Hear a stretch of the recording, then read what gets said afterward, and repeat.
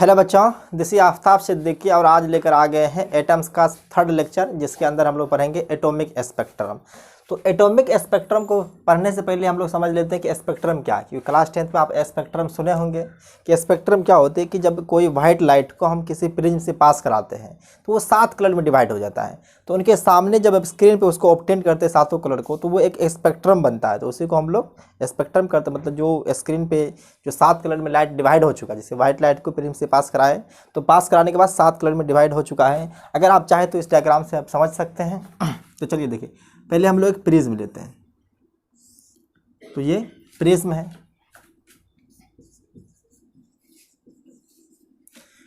तो पहले हम लोग स्पेक्ट्रम को समझ लेते हैं, उसके बाद एटॉमिक स्पेक्ट्रम पे आ जाएंगे। तो जब वाइट लाइट को हम पास कराते हैं, मान लीजिए कि ये वाइट लाइट है।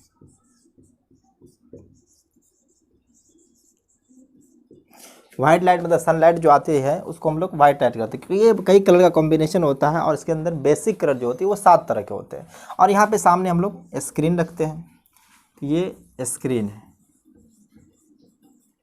तो यहाँ से मान करके चलिए कि कुछ स्पेक्ट्रम जो बनेगा कुछ इस तरह से आएगा, कुछ ये इस तरह से, और ये 7 कलर जो है सो 7 कलर में डिवाइड हो जाता है। तो कंटिन्यूस, और ये स्पेक्ट्रम जो होता है वो कंटिन्यूस होता है। जनरली आपको पता है कि ये अगर देखा जाए तो इस तरह से नीचे से देखेंगे तो विबजियोर होता है, YOR। नीचे सबसे जो कलर होती है उसको वायलेट कहते हैं, उसके बाद इंडिगो, फिर ब्लू, फिर ग्रीन, येलो, ऑरेंज और रेड। तो इस तरह का कॉम्बिनेशन जो होता है इसको हम लोग स्पेक्ट्रम कहते हैं, जिसमें वायलेट कलर सबसे नीचे होता है और रेड कलर जो होती है वो सबसे ऊपर होता है। अभी आप लोगों को जो है सो हम यहाँ पे एक स्क्रीन के ऊपर जो है सो फिगर दिखा देते हैं, जिससे आपको क्लियर हो जाएगा। तो इस फिगर को आप गौर से देख रहे हैं, तो यहाँ से वाइट लाइट जा रही है। वाइट लाइट प्रिज्म से पास करने के बाद जो है सो वहाँ पे 7 कलर में डिवाइड हो गया है, और सामने एक स्क्रीन रखा हुआ है। उस स्क्रीन पे आप देख सकते हैं कि वो क्लियरली बना हुआ है। और ये स्पेक्ट्रम जो बना हुआ है, ये स्पेक्ट्रम कंटिन्यूअस है। ये कंटिन्यूअस है, मतलब कहीं पे इसमें जो है सो कोई गैप नहीं, मतलब एक के बाद एक नहीं है। जैसे कि वायलेट जैसे ही ख़त्म हुआ है, तो वायलेट ख़त्म होने के बाद जो है सो जस्ट वायलेट थोड़ा सा डार्क हो रहा है, उसके बाद इंडिगो स्टार्ट हो रहा है। फिर बीच में अगर जाएंगे तो इंडिगो जो है सो वो पूरे लाइटेस्ट कलर में आ जाएगा, उसके बाद धीरे धीरे वो डल होगा, फिर ब्लू स्टार्ट हो जाएगा, फिर ब्लू जो है सो ब्राइट होगा, फिर ब्लू डल होना स्टार्ट होगा, उसके बाद फिर ग्रीन हो जाएगा। इसी तरह से पैटर्न आप देख रहे होंगे फिगर में। तो आपको यहाँ से सबसे लास्ट में रेड दिख रहा है, फिर रेड जो है सो धीरे धीरे वो भी डल हो रहा है। तो इस तरह से अगर हम लोग देख रहे हैं कि जब किसी वाइट लाइट को प्रिज्म से पास करा रहे हैं तो वो स्पेक्ट्रम जो बनता है वो कंटिन्यूअस स्पेक्ट्रम है। और एटॉमिक स्पेक्ट्रम जो बनता है वो डिस्क्रीट बनता है। खास करके अगर बात करें तो इसको लाइन स्पेक्ट्रम भी कह सकते हैं। एक लाइन की तरफ दिखेगा, फिर उसके बाद जैसे कुछ और दिखेगा, फिर उसके बाद कुछ और दिखेगा। तो इस तरह का बेसिक बात आप क्लास 10th के अंदर स्टडी कर चुके होंगे। तो ये स्पेक्ट्रम है और हम लोग एटॉमिक स्पेक्ट्रम देखेंगे। तो इसको मिटा देते हैं, इसको लिखने की भी ज़रूरत नहीं है।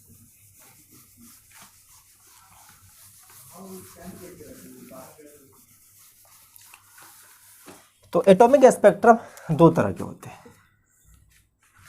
और हम लोग दोनों को बारी बारी से पढ़ेंगे। तो पहला जो होता है वो इमिशन स्पेक्ट्रम होता है, इमिशन स्पेक्ट्रम, और दूसरा होता है एब्जॉर्प्शन स्पेक्ट्रम, एब्जॉर्प्शन स्पेक्ट्रम। तो पहले हम लोग इमिशन स्पेक्ट्रम को देखेंगे।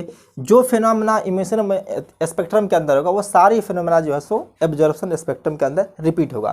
तो पहले हम लोग इसको डिटेल से बात कर लेंगे, इसके ऊपर में पूरा जो भी कैलकुलेशन करना होगा वो भी करेंगे। उसके बाद जो इसके अंदर बहुत सारे सीरीज आएंगे, जैसे आप लोग नाम सुनेंगे लाइमन, बालमेयर, पास्चर, इस तरह के सीरीज। तो ये इसी के अंदर आने वाला है।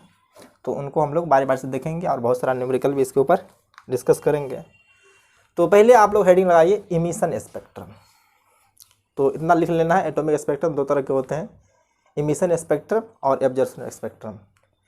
तो यहाँ से हम लोग फर्स्ट डील कर रहे हैं इमिशन स्पेक्ट्रम को।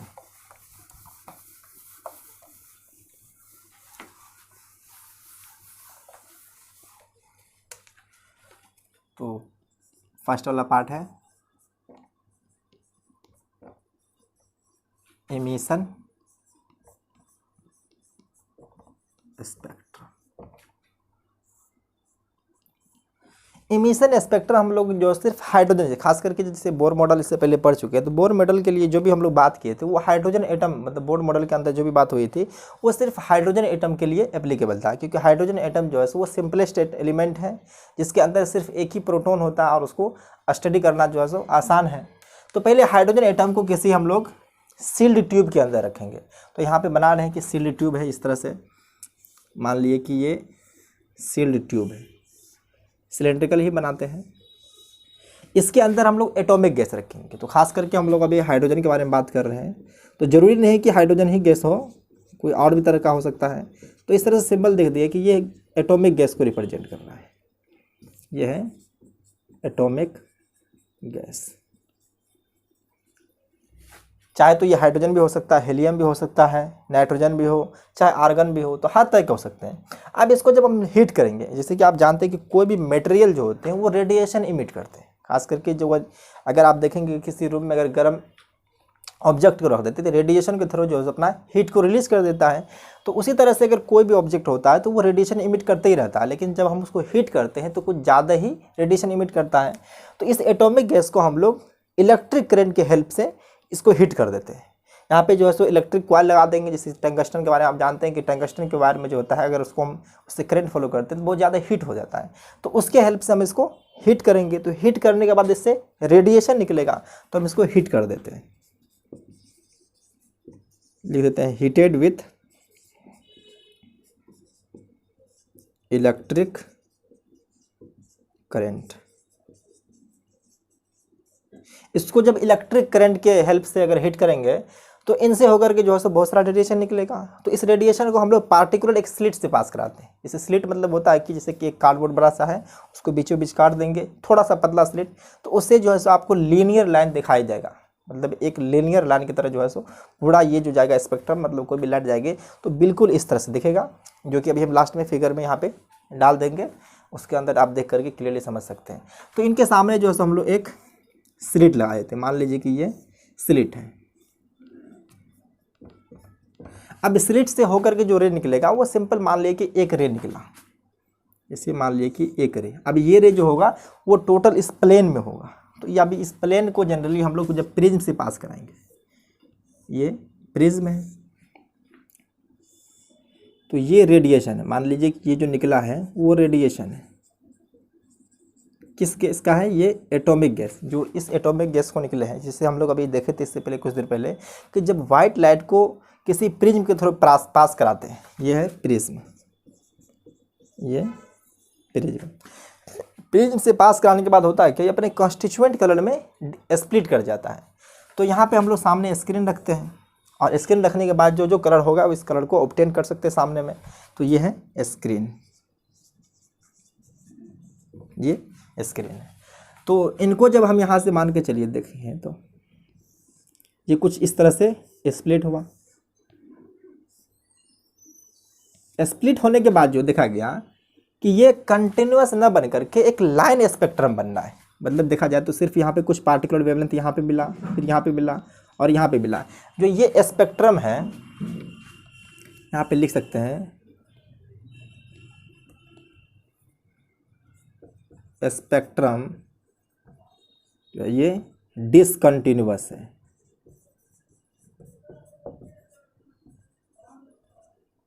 डिसकंटिन्यूअस मतलब है क्या कि सिर्फ कुछ पार्टिकुलर वेवलेंथ का ही मिला। जैसे मान करके चलिए हम कुछ बात कर लेते, मान लीजिए कि यहाँ पे 4000 एंगस्ट्रम का वेवलेंथ मिला, तो जस्ट इसके बाद 4000 ना मिल करके मान लीजिए कि 4100 वेवलेंथ, मतलब यहाँ पे अगर सिर्फ रैंडम वैल्यू ले लें, अगर मान लीजिए 4100 एंगस्ट्रम का ये वेवलेंथ मिला है, तो उसके जस्ट बाद जो है 4000, मतलब सॉरी इसको 4000 ही मान लेते पहले। अगर मान लें कि फर्स्ट वेवलेंथ जो मिला है 4000 का मिला है, तो 4000 के बाद जो है सो कुछ बीच में गायब है और डायरेक्ट जो है सो यहाँ पे 4100 एंगस्ट्रम का वेवलेंथ मिला। और उसके बाद अगर देखा जाए तो यहाँ पे मान लेते हैं कि ये 4500 एंगस्ट्रम का वेवलेंथ मिला है।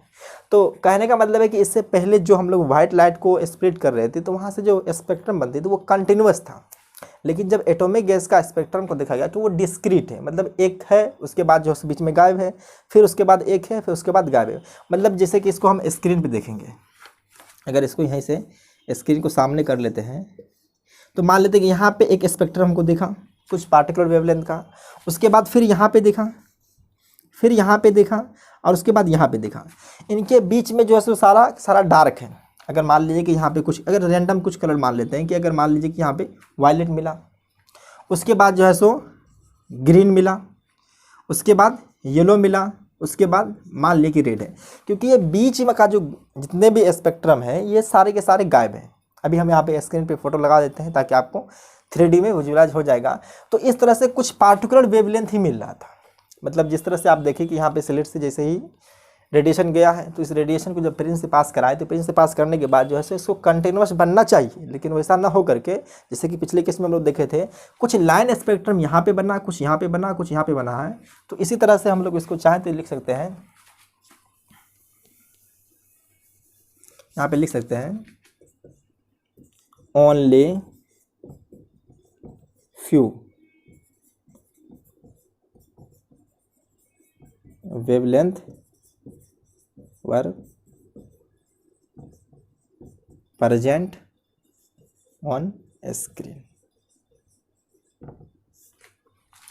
और इस तरह के जो स्पेक्ट्रम बनते हैं इसको हम लोग कहते हैं डिस्क्रीट स्पेक्ट्रम, या इसी का लाइन स्पेक्ट्रम नाम दिया गया है।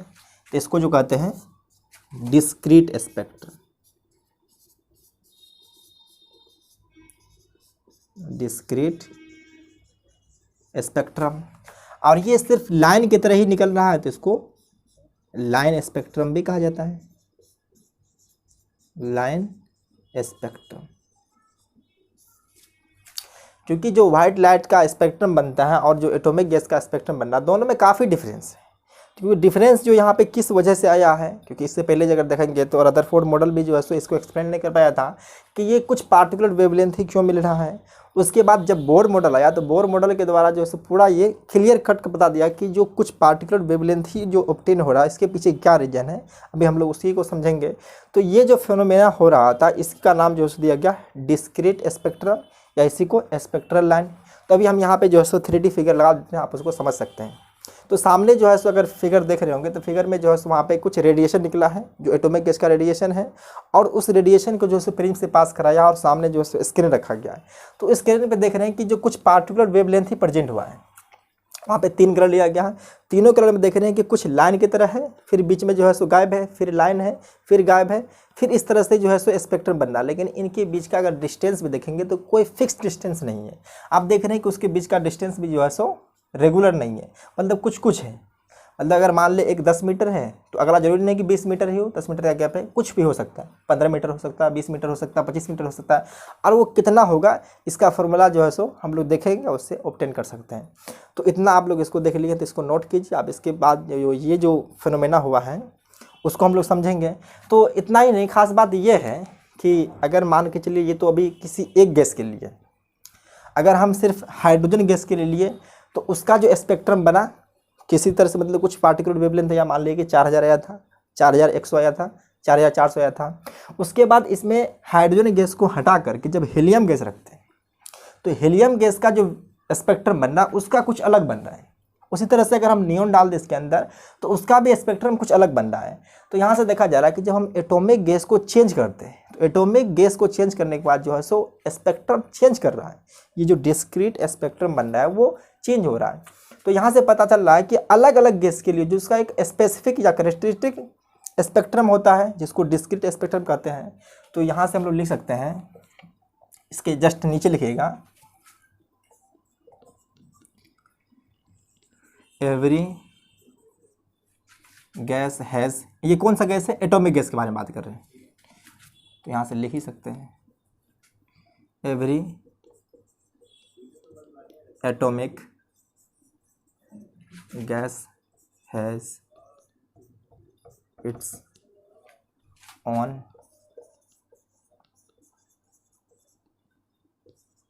characteristic spectrum। और ये स्पेक्ट्रम जो है वो डिस्क्रीट स्पेक्ट्रम है। और ये स्पेक्ट्रम किस तरह का है, ये डिस्क्रीट है, क्योंकि इसके ब्रैकेट में आप डिस्क्रीट लिख लीजिएगा, यहाँ पे जगह कम है इसलिए इस तरह से कर दिए हैं। ये डिस्क्रीट स्पेक्ट्रम, अलग अलग गैस का जो स्पेक्ट्रम बनता है, जो डिस्क्रीट स्पेक्ट्रम वो अलग अलग होता है। अगर साइंटिस्ट लोग को पता हो जाता है कि ये कौन सा स्पेक्ट्रम किस गैस का है, तो वो लोग बिना एलिमेंट या किसी गैस को देखे बगैर वो स्पेक्ट्रम देख करके बता सकता है कि ये हाइड्रोजन का है, चाहे हीलियम का है, नियन का है, आर्गन का है। तो क्योंकि जो स्पेक्ट्रोस्कोपी होता है वही स्टडी करने के लिए होता है, इसके अंदर जो है सो बहुत सारे एटम जो है या एलिमेंट जो फाइंड किया गया है इसी मेथड से। ये फेनोमेना जो होते हैं जिसके अंदर हम लोग किसी भी एटॉमिक गैस का या किसी एलिमेंट का जो है सो स्पेक्ट्रम देख करके उसका पता लगाते हैं, इस फेनोमेना के जरिए जो है सो फाइंड होता है एलिमेंट। इस प्रोसीजर को हम लोग कहते हैं एटॉमिक स्पेक्ट्रोस्कोपी कहते हैं। और ये स्पेक्ट्रोस्कोपी अपने सिलेबस में नहीं है, ये आप ग्रेजुएशन अगर फिजिक्स से करेंगे तो वहाँ पे ये पढ़ा जाता है। तो इसी तरह से जो है सो अलग अलग गैस के देखा जाए तो अलग अलग स्पेक्ट्रम बनता है। तो अब इसका रीजन क्या है इसको हम लोग समझेंगे, तो इतना को आप लोग पॉज करके नोट डाउन कीजिए। तो इस स्पेक्ट्रम का जो है सो नील्स बोर के द्वारा एक्सप्लेनेशन दिया गया था, उसी को हम लोग अभी देखेंगे। तो हेडिंग दीजिए explanation of discrete atomic spectrum, क्योंकि इसके लिए इनको जो है सो नोबेल प्राइज भी मिला गया था। क्योंकि साइंस की दुनिया में अगर देखा जाए तो साइंटिस्ट के लिए नोबेल प्राइज जो है सो बहुत ही बड़ा मेडल होता है। तो ये एक्सप्लेनेशन के लिए इन्हें नोबेल प्राइज से अवार्डेड किया गया था, मतलब इसको अवार्ड मिला था नोबेल प्राइज के तौर पे। तो अब हम लोग समझते हैं, क्योंकि बोर मॉडल के अंदर हम लोग पढ़ चुके हैं कि रदरफोर्ड ही बता दिया था कि न्यूक्लियस के चारों तरफ इलेक्ट्रॉन रिवॉल्व करता है, लेकिन वो ये नहीं बताया था कि कितने और कौन से ऑर्बिट में रिवॉल्व करता है और कितने डिस्टेंस पे होगा। वो सिर्फ इतना बताया था कि जो इलेक्ट्रॉन जो है सो न्यूक्लियस के चारों तरफ रिवॉल्व करता है। लेकिन बोर आकर के ये क्लियर कर दिया कि वो कितना डिस्टेंस पे रिवॉल्व करेगा, और जो किसी ऑर्बिट के अंदर रिवॉल्व कर रहा है तो उसका फिक्स एनर्जी क्या होता है वो बता दिया था, और उसके जस्ट बाद जो कितना रेडियस पे करेगा वो बताया था। तो इसके बारे में हम लोग लास्ट क्लास में आराम से पढ़ चुके हैं, रेडियस कितना होता है, किसका एनर्जी कितना होता है, तो इन सब के बारे में हम लोग डील कर चुके हैं। तभी हम लोग पहले देख लेते हैं कि जैसे कि एक न्यूक्लियस है, ये न्यूक्लियस है, तो न्यूक्लियस के चारों तरफ इलेक्ट्रॉन रिवॉल्व करता है। तो हम यहाँ से बना लेते हैं कि मान लीजिए ये फर्स्ट शेल है, उसके बाद मान लेते हैं कि ये सेकेंड सेल है, उसके बाद ये थर्ड सेल है। 3 सेल मान करके अपना काम चल जाएगा। तो इसको हम लोग अब समझते हैं। अगर चाहे तो हम 4 सेल भी बना सकते हैं, लेकिन 3 मान करके अपना काम बन जाएगा। तो ये क्या है, न्यूक्लियस है। न्यूक्लियस से इसको फर्स्ट सेल कहते हैं, ये फर्स्ट सेल है, ये सेकेंड सेल है, इसको थर्ड सेल कहते हैं। तो फर्स्ट सेल को के से रिप्रेजेंट करते हैं, इसको एल से, इसको एम से। तो इसको हम यहाँ से के भी लिख सकते हैं, तो रहने दीजिए इसको 1 2 3 4 5, तो इसमें कोई दिक्कत की बात नहीं है। और ये पार्टिकुलर ऑर्बिट जो है उस सबका एनर्जी बता दिया था बोर्स मॉडल के अकॉर्डिंग जो है सो इसका एनर्जी पता हम लोगों को। बोर्स मॉडल के अंदर जो एनर्जी का फॉर्मूला बताया था उन्होंने, सीधा ये एनर्जी का फॉर्मूला है कि जो nth ऑर्बिट का जो एनर्जी होगा वो होता -13.6 into Z² divide by n², जहाँ पे Z जो होता है वो एटॉमिक नंबर होता है और n जो होता है वो सेल नंबर होता है। अभी बात करेंगे फर्स्ट सेल के लिए, तो ये जो है सो n का वैल्यू 1 पुट करेंगे। अगर सेकंड सेल के लिए बात करेंगे तो n का वैल्यू 2 पुट करेंगे, और थर्ड सेल के लिए करेंगे तो n का वैल्यू हम लोग 3 पुट करेंगे। तो इसी तरह से हम लोग जो है यहाँ से first cell, second cell, third cell तीनों का एनर्जी ऑब्टेन कर सकते हैं। तो यहाँ से हम लोग E1 निकालना है। ये जो हम लोग काम कर रहे हैं हाइड्रोजन एटम के लिए, तो यहाँ से लिख सकते हैं फॉर हाइड्रोजन एटम। ये हाइड्रोजन एटम के लिए हम लोग कर रहे हैं। तो हाइड्रोजन एटम का दिए हैं तो Z का वैल्यू जो हो जाएगा वो फिक्स है कि Z = 1 हो जाएगा। तो Z = 1 है, तो Z का वैल्यू 1 रखेंगे और N का वैल्यू 1 रखेंगे, तो E1 मतलब फर्स्ट सेल का जो एनर्जी आएगा वो -13.6, और ये एनर्जी जो आता है वो इलेक्ट्रॉन वोल्ट में आता है। इलेक्ट्रॉन वोल्ट भी जो होते हैं वो एनर्जी का यूनिट है, लेकिन जब क्वांटम लेवल पे एनर्जी को मेजर किया जाता है तो वो इलेक्ट्रॉन वोल्ट में, उस समय जूल जो होता है बहुत बड़ा यूनिट हो जाता है। इसी तरह से अगर हम लोग सेकेंड सेल के बारे में बात करेंगे तो Z का वैल्यू तो सेम ही रहेगा, लेकिन यहाँ पे n² है तो 2 का स्क्वायर 4 हो जाएगा।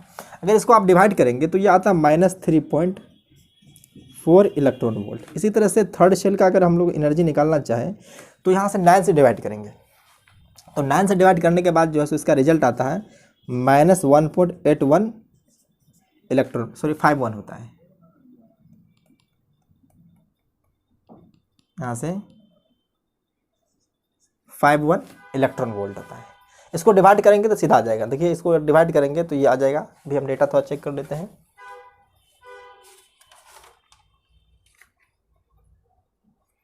बिल्कुल सही है। तो हम लोगों को अलग अलग एनर्जी या ऑर्बिट लेवल जो है, जो ऑर्बिट है उसका एनर्जी पता है। अगर इसका बारे में बात कर ले तो इसका जो एनर्जी है -13.6 इलेक्ट्रॉन वोल्ट है। अगर इसका बात कर ले तो -3.4 इलेक्ट्रॉन वोल्ट है, और इनका बात करें तो -1.51 इलेक्ट्रॉन वोल्ट एनर्जी है। तो सबका एनर्जी हमको पता है।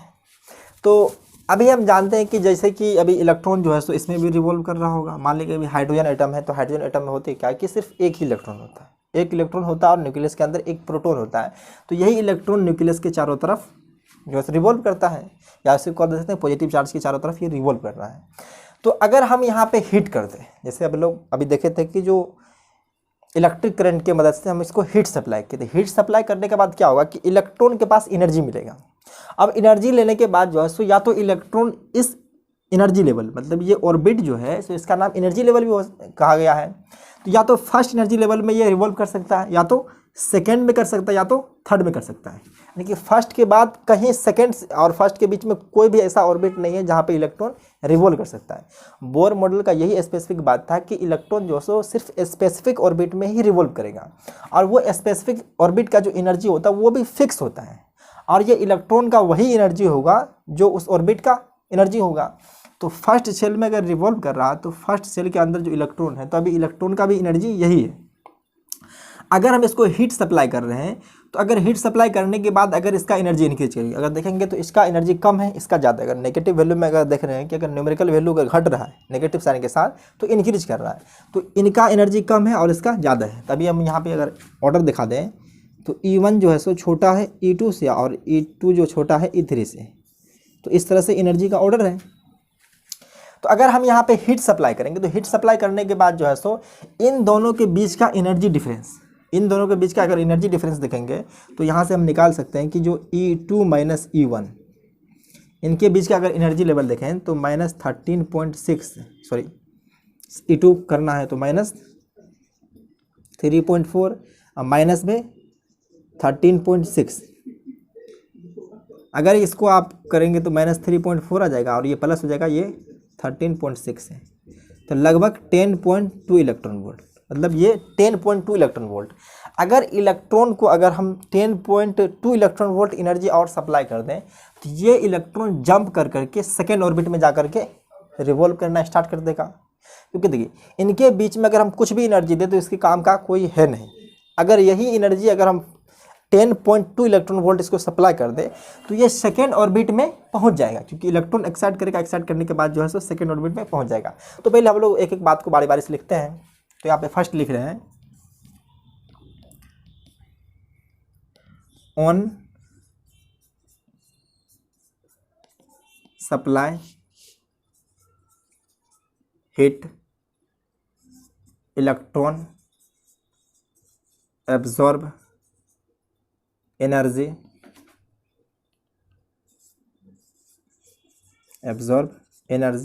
एन जंप, या इसी को अगर अच्छे लैंग्वेज में केमिस्ट्री के लैंग्वेज में बोले तो इसको एक्साइट कहते हैं, क्योंकि इलेक्ट्रॉन जो है एक्साइट कर गया, एक्साइट करके ये सेकेंड ऑर्बिट में पहुंच चुका है। जंप या excite to higher energy level,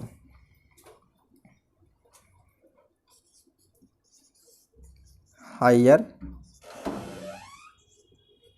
energy level. तो यहाँ से मान लिए कि ये जैसे ही इसको एनर्जी मिला ये सेकेंड सेल में पहुँच चुका है। अब ये इलेक्ट्रॉन जो है सो यहाँ पे ना रोक करके इसको थोड़ा डॉट कर देते हैं ताकि आपको क्लियर हो जाए कि ये इलेक्ट्रॉन अभी यहाँ पे नहीं है। अब ये जैसे इसको मान के चलिए 10.2 इलेक्ट्रॉन वोल्ट एनर्जी मिला, तो इस एनर्जी को पाकर ये सेकेंड सेल में पहुँच गया है। अब देखिए सेकेंड सेल में पहुँच तो गया है, लेकिन बात ये है कि जैसे मान कर चलिए अगर आप लोग अभी कभी दौड़े होंगे तो जैसे कि शुरुआत में अगर फील्ड में जाते हैं तो आपके पास अगर एनर्जी रहती है तो खूब दौड़ लेते हैं, दौड़ने के बाद जो है सो आप थक जाते हैं, थकने के बाद क्या अपने स्टेबल स्टेट, मतलब जो आप लोग बैठे हुए हो, चाहे सीधा खड़े हो चाहे लेटे हो, ये स्टेबल स्टेट है। जैसे कि अगर कोई आदमी दौड़ रहा है तो एनर्जेटिक स्टेट में है। और कोई भी सिस्टम जो है सो एनर्जेटिक स्टेट में रखना नहीं चाहता है, मतलब हायर एनर्जी लेवल में रहना नहीं चाहता, वो हमेशा ग्राउंड स्टेट में।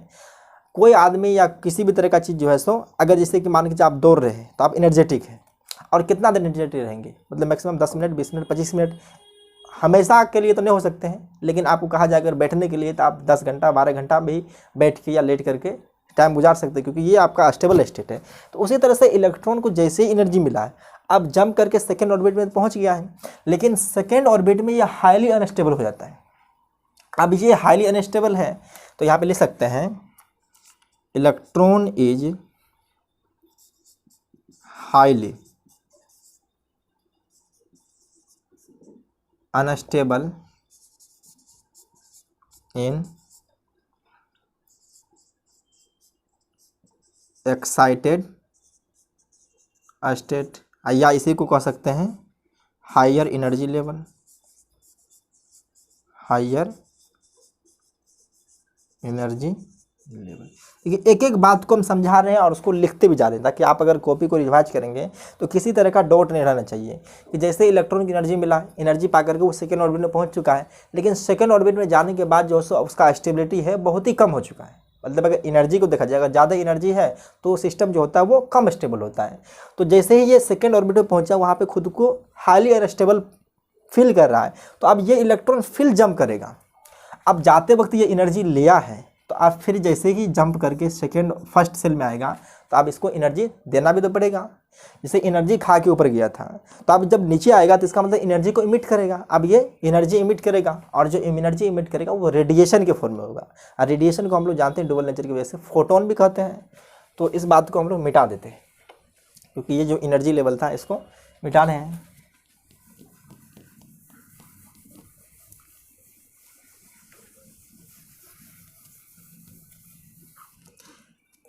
तो इसका जो एनर्जी है वो माइनस में 1.51 इलेक्ट्रॉन वोल्ट है। तो आप देखिए इलेक्ट्रॉन एक्साइटेड स्टेट में पहुंच चुका है, तो यहाँ से लिख सकते हैं जैसे ये अपने आप को अनस्टेबल पहुंचे, मतलब फील करेगा, वो फिर जंप करेगा। तो यहाँ से लिख सकते हैं इलेक्ट्रॉन अगेन, सीधा ऐसे लिख सकते हैं, मतलब आपको अनस्टेबल फील कर रहा है। सो इलेक्ट्रॉन फॉल्स बैक, या फॉल्स बैक को अगर हम लोग केमिस्ट्री की लैंग्वेज में देखें तो इसको डी एक्साइट कहते हैं। तो डी एक्साइट कर जाएगा, de excite to lower energy level, energy level and emitting energy in the form of radiation, या इसी को हम लोग चाहे तो फोटोन भी कह सकते हैं। रेडिएशन और फोटोन एक ही बात है, क्योंकि जो लाइट के कंस्टिट्यूएंट होते हैं उसमें मान लेते हैं कि छोटे छोटे पार्टिकल है, और वो जो पार्टिकल है वो उसको फोटोन कहते हैं। और ये जो अभी एनर्जी जैसे लूज किया है, तो लूज करने के बाद जो ये फोटोन इमिट किया है, जैसे रेडिएशन इमिट किया, तो इसको हम समझेंगे फोटोन इमिट किया है। और यही फोटोन जो है उसका कुछ पार्टिकुलर वेवलेंथ होगा। तो आप फोर्थ पॉइंट पे लिखते हैं, तो अब ये फोटोन का जो एनर्जी होगा वो क्या होगा, क्योंकि देखिए अभी ये सेकेंड सेल से जंप करके फर्स्ट सेल में आया है, तो जो सेकेंड सेल और फर्स्ट सेल के बीच का एनर्जी डिफरेंस होगा वही इस फोटोन का भी एनर्जी मिलेगा। तो जो फोटोन का एनर्जी होगा वो दोनों, अगर जिस ऑर्बिट मान के चलिए ये फर्स्ट से मतलब ज़्यादा एनर्जी पा करके वो थर्ड सेल में पहुंच गया था, अब थर्ड सेल में खुद को अनस्टेबल फील करेगा, तो ये थर्ड सेल से फिर जंप करके ग्राउंड स्टेट में आना चाहेगा। मतलब फर्स्ट सेल को ग्राउंड स्टेट कहते हैं, जैसे ये सेकंड सेल उसको फर्स्ट एक्साइटेड स्टेट कहते हैं, और ये सेल जो सेकंड थर्ड सेल है उसको कहते हैं सेकंड एक्साइटेड स्टेट। अगर आप केमिस्ट्री पढ़े हैं तो ये सब टर्म से आप लोग परिचित होंगे। तो ये इस तरह से हो रहा है, जैसे ही आप इलेक्ट्रॉन फिर से फॉल्स बैक करेगा, तो फॉल्स बैक करने के बाद फोटोन इमिट करेगा, और ये फोटोन जो होगा उसका एनर्जी वही होगा कि जो ट्रांजिशन में इन्वॉल्व ऑर्बिट है तो उस ऑर्बिट के बीच का जो एनर्जी डिफरेंस है वह एनर्जी डिफरेंस जो होगा वो फोटोन का एनर्जी होगा। तो यहाँ से लिख सकते हैं energy of such photon is equal to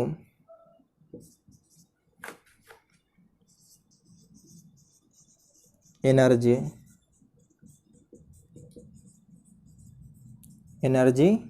difference of two orbits, या एनर्जी लेवल, ऑर्बिट्स के या एनर्जी लेवल के बाद एक ही है, two orbits involved in transition. जो इन्वॉल्व होगा उसी के दोनों के बीच का एनर्जी डिफरेंस जो होगा वो इस फोटोन के एनर्जी के बराबर होगा। इन्वॉल्व्ड इन ट्रांजिशन,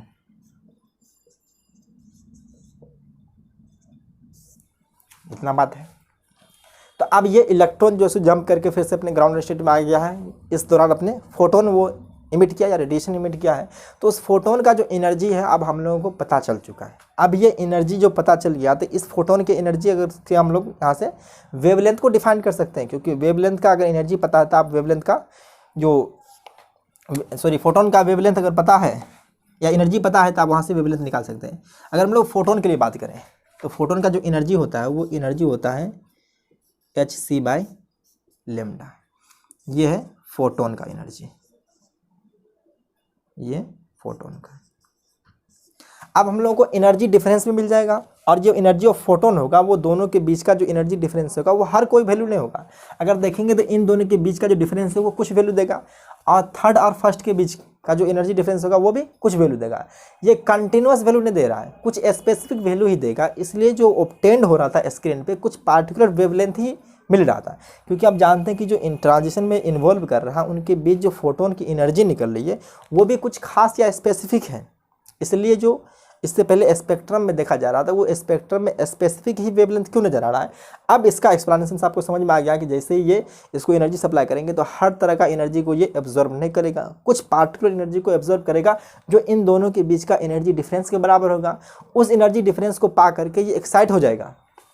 एक्साइट होने के बाद जैसे ही हायर एनर्जी ऑर्बिट में गया वहाँ पे खुद को अनस्टेबल फील करेगा।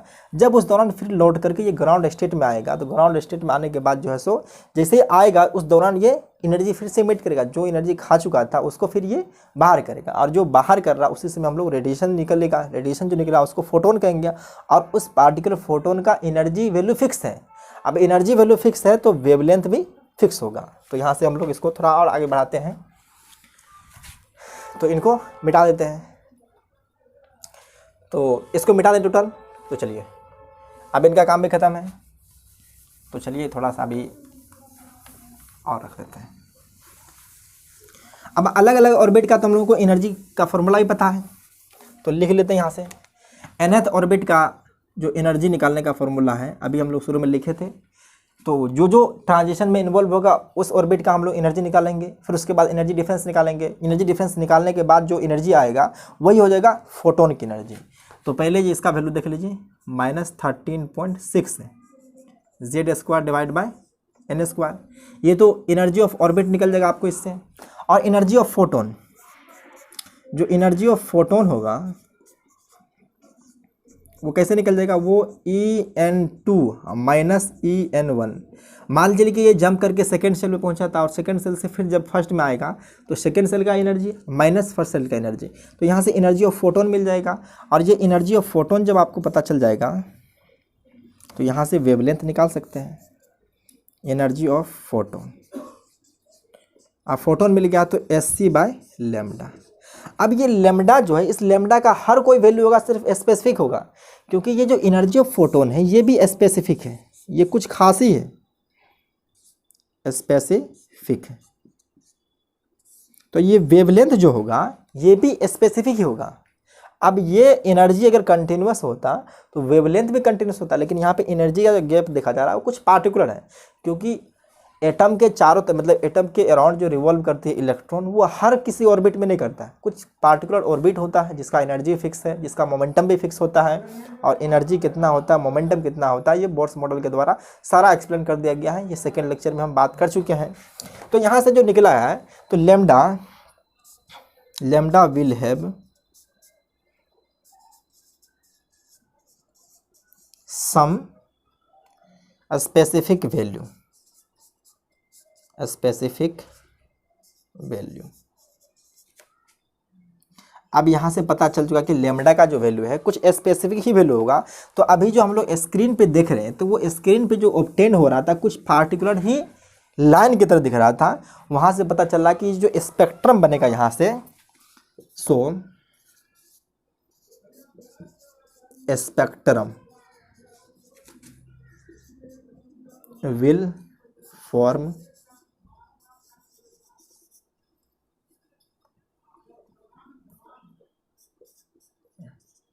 डिस्क्रीट, या इसको कहते हैं लाइन। ये लाइन की तरह दिखेगा, मतलब ये जो फॉर्मेशन हुआ है स्पेक्ट्रम का, वो कंटिन्यूस स्पेक्ट्रम तब होता है जब एनर्जी, हर कोई एनर्जी फोटोन का मिलता है, क्योंकि यहाँ पे फोटोन की एनर्जी जो है वो कुछ पार्टिकुलर ही है। अब जब पार्टिकुलर एनर्जी है तो जो फोटोन इमिट हो रहा है तो उसका भी वेवलेंथ पार्टिकुलर ही होगा, मतलब कुछ खास ही होगा। वही कुछ खास वैल्यू जो है सो यहाँ पे कुछ ऑब्टेन हो रहा था, जैसे कि मान लीजिए 4000 पे मिल रहा था, उसी तरह से जो है सो 4100 पे मिल रहा था, उसके बाद जो है सो 4400 पे मिल रहा था। तो कुछ एक के बाद फिर सेकेंड, और सेकेंड के बाद थर्ड, थर्ड के बाद फोर्थ है। तो इसी तरह से जो अब हम लोग ये लेमडा का जो वैल्यू निकलेगा वो कितना निकलेगा, इसको कैलकुलेट करेंगे। तो इसको पहुँच करके आप लोग एक बार नोट कीजिए। आई थिंक आपको सारा बात क्लियर हो चुका होगा, तो इसको नोट कीजिए तब तक। अब इसी कंसेप्ट में जो अभी एनर्जी जो निकल रही थी फोटोन के द्वारा, जो फोटोन इमिट कर रहा था, उसका एनर्जी क्या होगा, वेवलेंथ क्या होगा, उसको हम लोग कैलकुलेट करते हैं। तो क्वेश्चन के तौर पे रख लीजिए, find energy and wavelength of emitted photon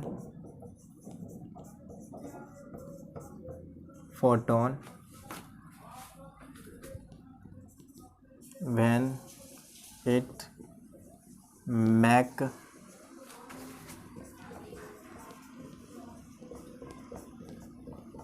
transition from n equal to, या इसको n2 जो हम लोग लिखे थे, n2 इक्वल टू, या इसी को n इक्वल टू थर्ड, मतलब हम लोग सेकेंड मान के चले थे, अगर थर्ड में जंप करके जाएगा और थर्ड से फिर ग्राउंड में आएगा तो एनर्जी फोटोन, मतलब जब जाने के दौरान ये एनर्जी खाता है, मतलब हम लोग जो हीट सप्लाई किए उस हीट सप्लाई करने के दौरान जो एनर्जी उसको मिला उससे वो एक्साइट कर जाएगा, और फिर जाकर जब देखेगा वो हायर एनर्जी लेवल में खुद को अनस्टेबल फील करेगा, वहाँ से फिर जंप करके ग्राउंड स्टेट में आएगा।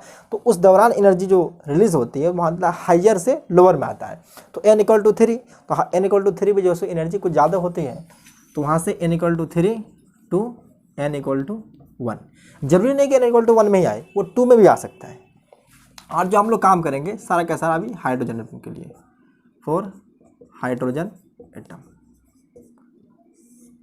तो सबसे पहले हम लोग को निकालना क्या है कि एनर्जी थर्ड सेल का कितना होगा और फर्स्ट सेल का क्या होगा।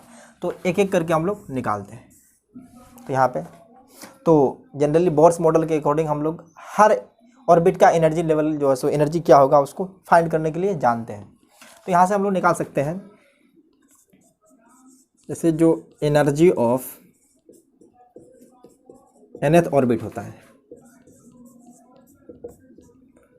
ऑर्बिट, इसको जनरली हम लोग En से रिप्रेजेंट करते हैं। तो En का फॉर्मूला होता है -13.6 z² divide by n square है। तो थर्ड सेल, तो थर्ड में ट्रांजिशन किया है, तो यहाँ से देख सकते हैं। तो E3 जो आ जाएगा वो हो जाएगा -13.6, और हाइड्रोजन एटम है तो हाइड्रोजन एटम का एटॉमिक नंबर 1 होता है, 1 डिवाइड बाय थर्ड में, तो 3 का स्क्वायर हो जाएगा ये 9, या इसको 3 का स्क्वायर लिख देते हैं ताकि कन्फ्यूजन ना हो। और इसका भी हम लोग जो कैलकुलेट कर रहे थे वैल्यू, ये होता है, ये स्पेशल वैल्यू होता है, अगर आप लोग याद करना चाहें तो याद कर सकते हैं। ये इलेक्ट्रॉन वोल्ट में -1.51 इलेक्ट्रॉन वोल्ट होता है। उसी तरह से हम लोग E1 भी निकाल सकते हैं। और E1 जो हो जाएगा -13.6 इंटू हाइड्रोजन एटम है तो एटॉमिक नंबर 1 और 1 का स्क्वायर भी 1 ही होता है, तो ये तो -13.6 इलेक्ट्रॉन वोल्ट आ जाएगा। और एनर्जी ऑफ फोटोन जो मिलेगा, यही दोनों जो ट्रांजिशन में इन्वॉल्व है, थर्ड से फर्स्ट में आ जाता है, इन दोनों के बीच का जो एनर्जी डिफरेंस होगा उसी को हम लोग निकालेंगे। तो एनर्जी ऑफ फोटोन जो मिलने वाला है वो E3 माइनस E1, और जो E3 का वैल्यू है माइनस में 1.51 माइनस प्लस हो जाएगा। ये देखिए इसको माइनस कर रहे हैं तो एक माइनस पहले से ही है, तो ये हो जाएगा 13.6। ये सारा का सारा जो है सो एनर्जी इलेक्ट्रॉन वोल्ट, तो इसको हम लोग इलेक्ट्रॉन वोल्ट लिख देंगे। तो यहाँ से जो देखिए अब इसको माइनस करेंगे तो ये बड़ा नंबर है तो इसको प्लस कर देते हैं, तो देखिए यहाँ से जो आएगा इसको 0 कर देते हैं। अब ठीक है, अब करेंगे तो वहाँ पे आ जाएगा ये 1, उसके बाद देखेंगे तो ये 0, तो ये ख़त्म हो जाएगा। और उसके बाद यहाँ से बचा है 12, क्योंकि 13 में से इतना आ जाएगा, तो ये 12.01 इलेक्ट्रॉन वोल्ट एनर्जी। तो फोटोन की एनर्जी जो है सो इतना मिला है। अब हम लोग को वेवलेंथ निकालना है। ये एनर्जी अगर हम लोग जो एनर्जी क्वांटम लेवल, मतलब ये जो एटॉमिक लेवल में बात हो रही है सब क्वांटम के अंदर, मतलब ये बहुत ही स्मॉलेस्ट पार्टिकल के लिए बात कर रहे हैं। इलेक्ट्रॉन, प्रोटॉन, न्यूट्रॉन, ये क्या है कि फंडामेंटल पार्टिकल है। फंडामेंटल पार्टिकल जब भी एनर्जी हम लोग कैलकुलेट करेंगे तो उस समय हम लोग एनर्जी का यूनिट हमेशा इलेक्ट्रॉन वोल्ट रखेंगे, तो ये इलेक्ट्रॉन वोल्ट में है।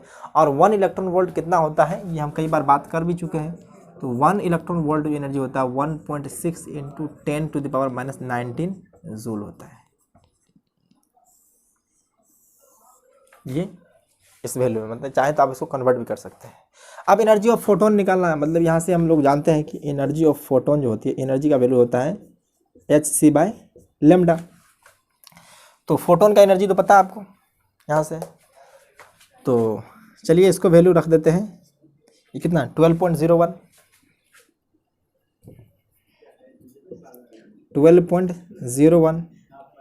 इक्वल टू एच का वैल्यू भी जानते हैं आप, ये प्लैंक्स कांस्टेंट है, तो ये हो जाएगा 6.626 इंटू 10⁻⁻34 इंटू ये हो जाएगा स्पीड ऑफ लाइट सी है, तो ये हो जाएगा 3 × 10⁸ ये सब SI यूनिट में है।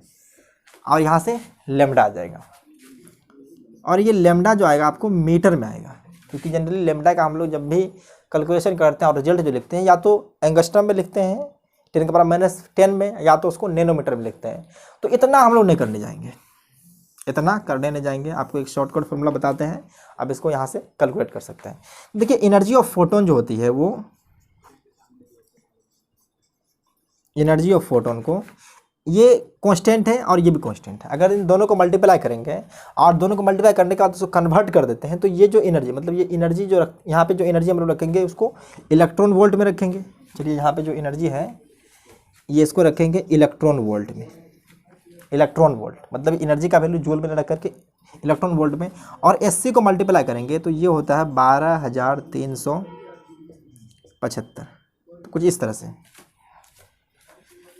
डिवाइड बाय ये लेमडा, और लेमडा जो आएगा ये एंगस्ट्रम में आएगा। तो देखिए इतना आपको याद नहीं रखना, आप इस फिगर को राउंड फिगर कर लीजिए, इसको अप्रोक्सीमेटली जो है सो 12,400 डिवाइड बाय लेमडा, और ये लेमडा जो आता है वो एंगस्ट्रम में आता है। और यहाँ से वैल्यू जब अगर लेमडा का वैल्यू निकालेंगे, जैसे कि यहाँ पे कर दे, चलिए तो यहीं पे हम इसको मिटा कर कर देते हैं, इसको पहुँच कर एक बार लिख लीजिए। तो चलिए, और यहाँ पे जो वैल्यू पुट करेंगे हम लोग, उस पुट करने के बाद जो है कुछ वैल्यू आएगा, और वो कितना आएगा इसको चाहे तो कैलकुलेट कर सकते हैं, और हम कैलकुलेट रखते हैं उसको डायरेक्ट रिजल्ट ही लिख देंगे। तो यहाँ पे एनर्जी ऑफ फोटोन है, तो एनर्जी का वैल्यू जो हम लोग अभी निकाले हैं 12.01, ये इलेक्ट्रॉन वोल्ट में ही, ये जो एनर्जी है वो इलेक्ट्रॉन वोल्ट में, सॉरी ये इलेक्ट्रॉन वोल्ट में था तो इसको तो कन्वर्ट करना पड़ता।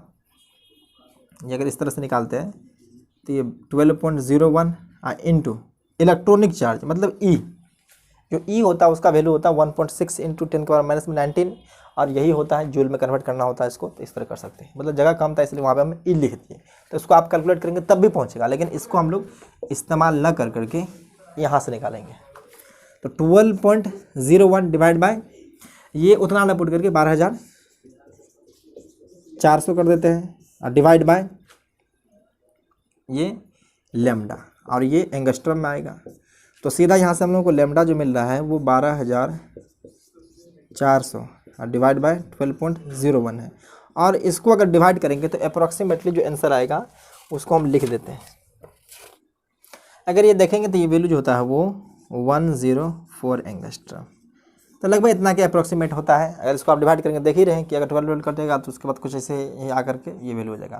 तो ये एंगस्ट्रम में आया है। तो यहाँ से आप देख रहे हैं कि बड़ा आसानी से लेमडा का वैल्यू निकाल लिए।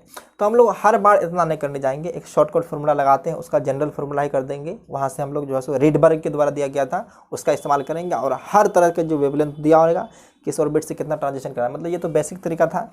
यहाँ पे हम लोग सबका अलग अलग ऑर्बिट का एनर्जी निकाले, उसको डिफरेंस किए, डिफरेंस करने के बाद जो है सो हम लोग एनर्जी फाइंड की, एनर्जी से वेवलेंथ। अब डायरेक्ट हम लोग वेवलेंथ निकालेंगे, तो इसको नोट कीजिए, उसके बाद हम लोग शॉर्टकट तरीका अपनाते हैं। तो हेडिंग तो कुछ और है, लेकिन हम लोग इसी तरह दे देते हैं। जैसे क्या है, इसको शॉर्टकट फार्मूला कह सकते हैं, शॉर्टकट मेथड टू मेथड, हर किताब में दिया रहता है ये सब। ऑब्टेन पार्टिकुलर वेवलेंथ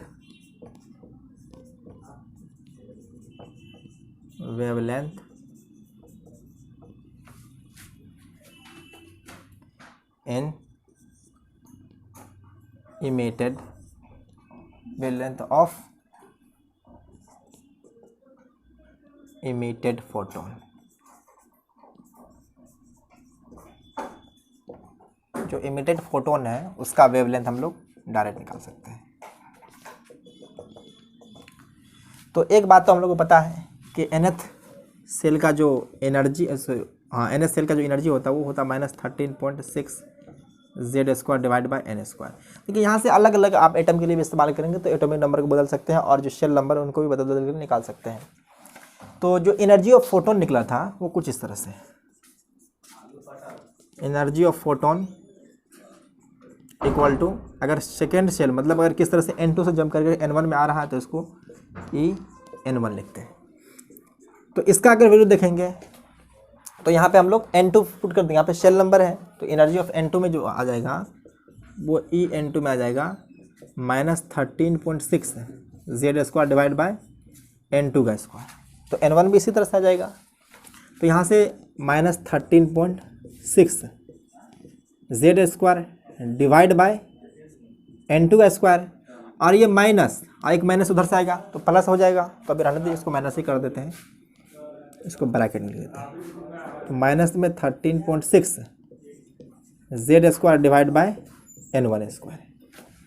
तो यहाँ से देख रहे हैं कि कुछ टर्म जो है सो कॉमन आ रहा है, तो इसको आप हटा करके हम प्लस कर देते हैं, क्योंकि किसी भी तरह का कन्फ्यूजन नहीं होनी चाहिए। देख लिया। तो आप देख रहे हैं कि ये वैल्यू 13.6 Z² कॉमन है, तो कॉमन टर्म को बाहर कर लेते हैं। तो एनर्जी ऑफ फोटोन तो आप लोग जानते ही हैं, इसको क्या लिखते हैं, SC बाय लेमडा। यहाँ से चाहेंगे तो इसको SC by lambda equal to, तो 13.6 Z² को हम लोग कॉमन लेते हैं, Z²। अब बचा क्या, तो पॉजिटिव वैल्यू ये है तो इसको पहले लिखेंगे n1² माइनस में 1/n2²। अब इस SC बाय लेमडा को डिवाइड कर देते हैं, तो ये 1/λ इक्वल टू जो है वो 13.6 Z² divide by HC divide by n1² minus में 1/n2²। अब देख रहे हैं कि ये जो वैल्यू है इसको मिटा देते हैं, इसका कुछ काम है नहीं। ये वैल्यू जो है 13.6 डिवाइड बाय SC, ये 13.6 डिवाइड बाय HC, इसका वैल्यू आता है 1.09 इंटू 1.09 इंटू 10 का पावर -7 पर मीटर। ये मीटर इनवर्स होगा, क्योंकि देख रहे हैं इस तरफ जो है सो वेवलेंथ को जनरली हम लोग मीटर में करते हैं, लेंथ क्या, लेंथ मीटर में होता है। तो ये 1/लेंथ है, तो 1/लेंथ को हम लोग करेंगे तो वो भी मीटर इनवर्स में ही आएगा। तो ये वैल्यू जो होता है 1.09 इंटू 10 का पावर -7, सॉरी प्लस में 7 होता है, माइनस में नहीं, ये प्लस में 7 होता है। जस्ट एक मिनट इसको हम मिला लेते हैं, क्योंकि देखिए ये वैल्यू आपको याद नहीं रखना, जो याद रखना है उसको हम बताएंगे। तो इसको थोड़ा सा मैच करा लेते हैं। ठीक है, ये वैल्यू ठीक है, इसको आर नाम से दिया जाता है, ये आर है, तो इसके जगह पे हम लोग आर लिखेंगे, ये हो जाएगा इसके जगह पे आर। और आर का जो वैल्यू है वो 1.09 इंटू 10 के पावर में 7 मीटर इन्वर्स है। इसको कहते हैं रेडबर्ग कांस्टेंट, सॉरी वाई होता है यहाँ पे, रेडबर्ग कांस्टेंट। और ये फॉर्मूला जो आया है इसको रेडबर्ग फार्मूला, ये रेडबर्ग साइंटिस्ट था, उनके द्वारा ही दिया गया था, तो ये रेडबर्ग कांस्टेंट है। लेकिन आपको याद करना जो है वो याद करना है 1/r इक्वल टू 911 एंगस्ट्रॉम, इसको करना है आपको याद, रिमेंबर, सिर्फ इस वैल्यू को याद रखेंगे। अब जरूरी नहीं कि 9 से 11, 9 से 11 सिचुएशन पढ़ने पे 10 या 12 भी 13 भी कंक्लूड कर सकते हैं, मतलब थोड़ा अप्रोक्सीमेशन कर ही सकते हैं हम लोग कैलकुलेशन के दौरान। तो यहाँ से जो है सो इसको वैल्यू हम लोग लिख सकते हैं 1/λ इक्वल टू ये r z square into 1/n1 square divide by 1/n2 square. और ये फॉर्मूला को कहते हैं रेडबर्ग फार्मूला, ये है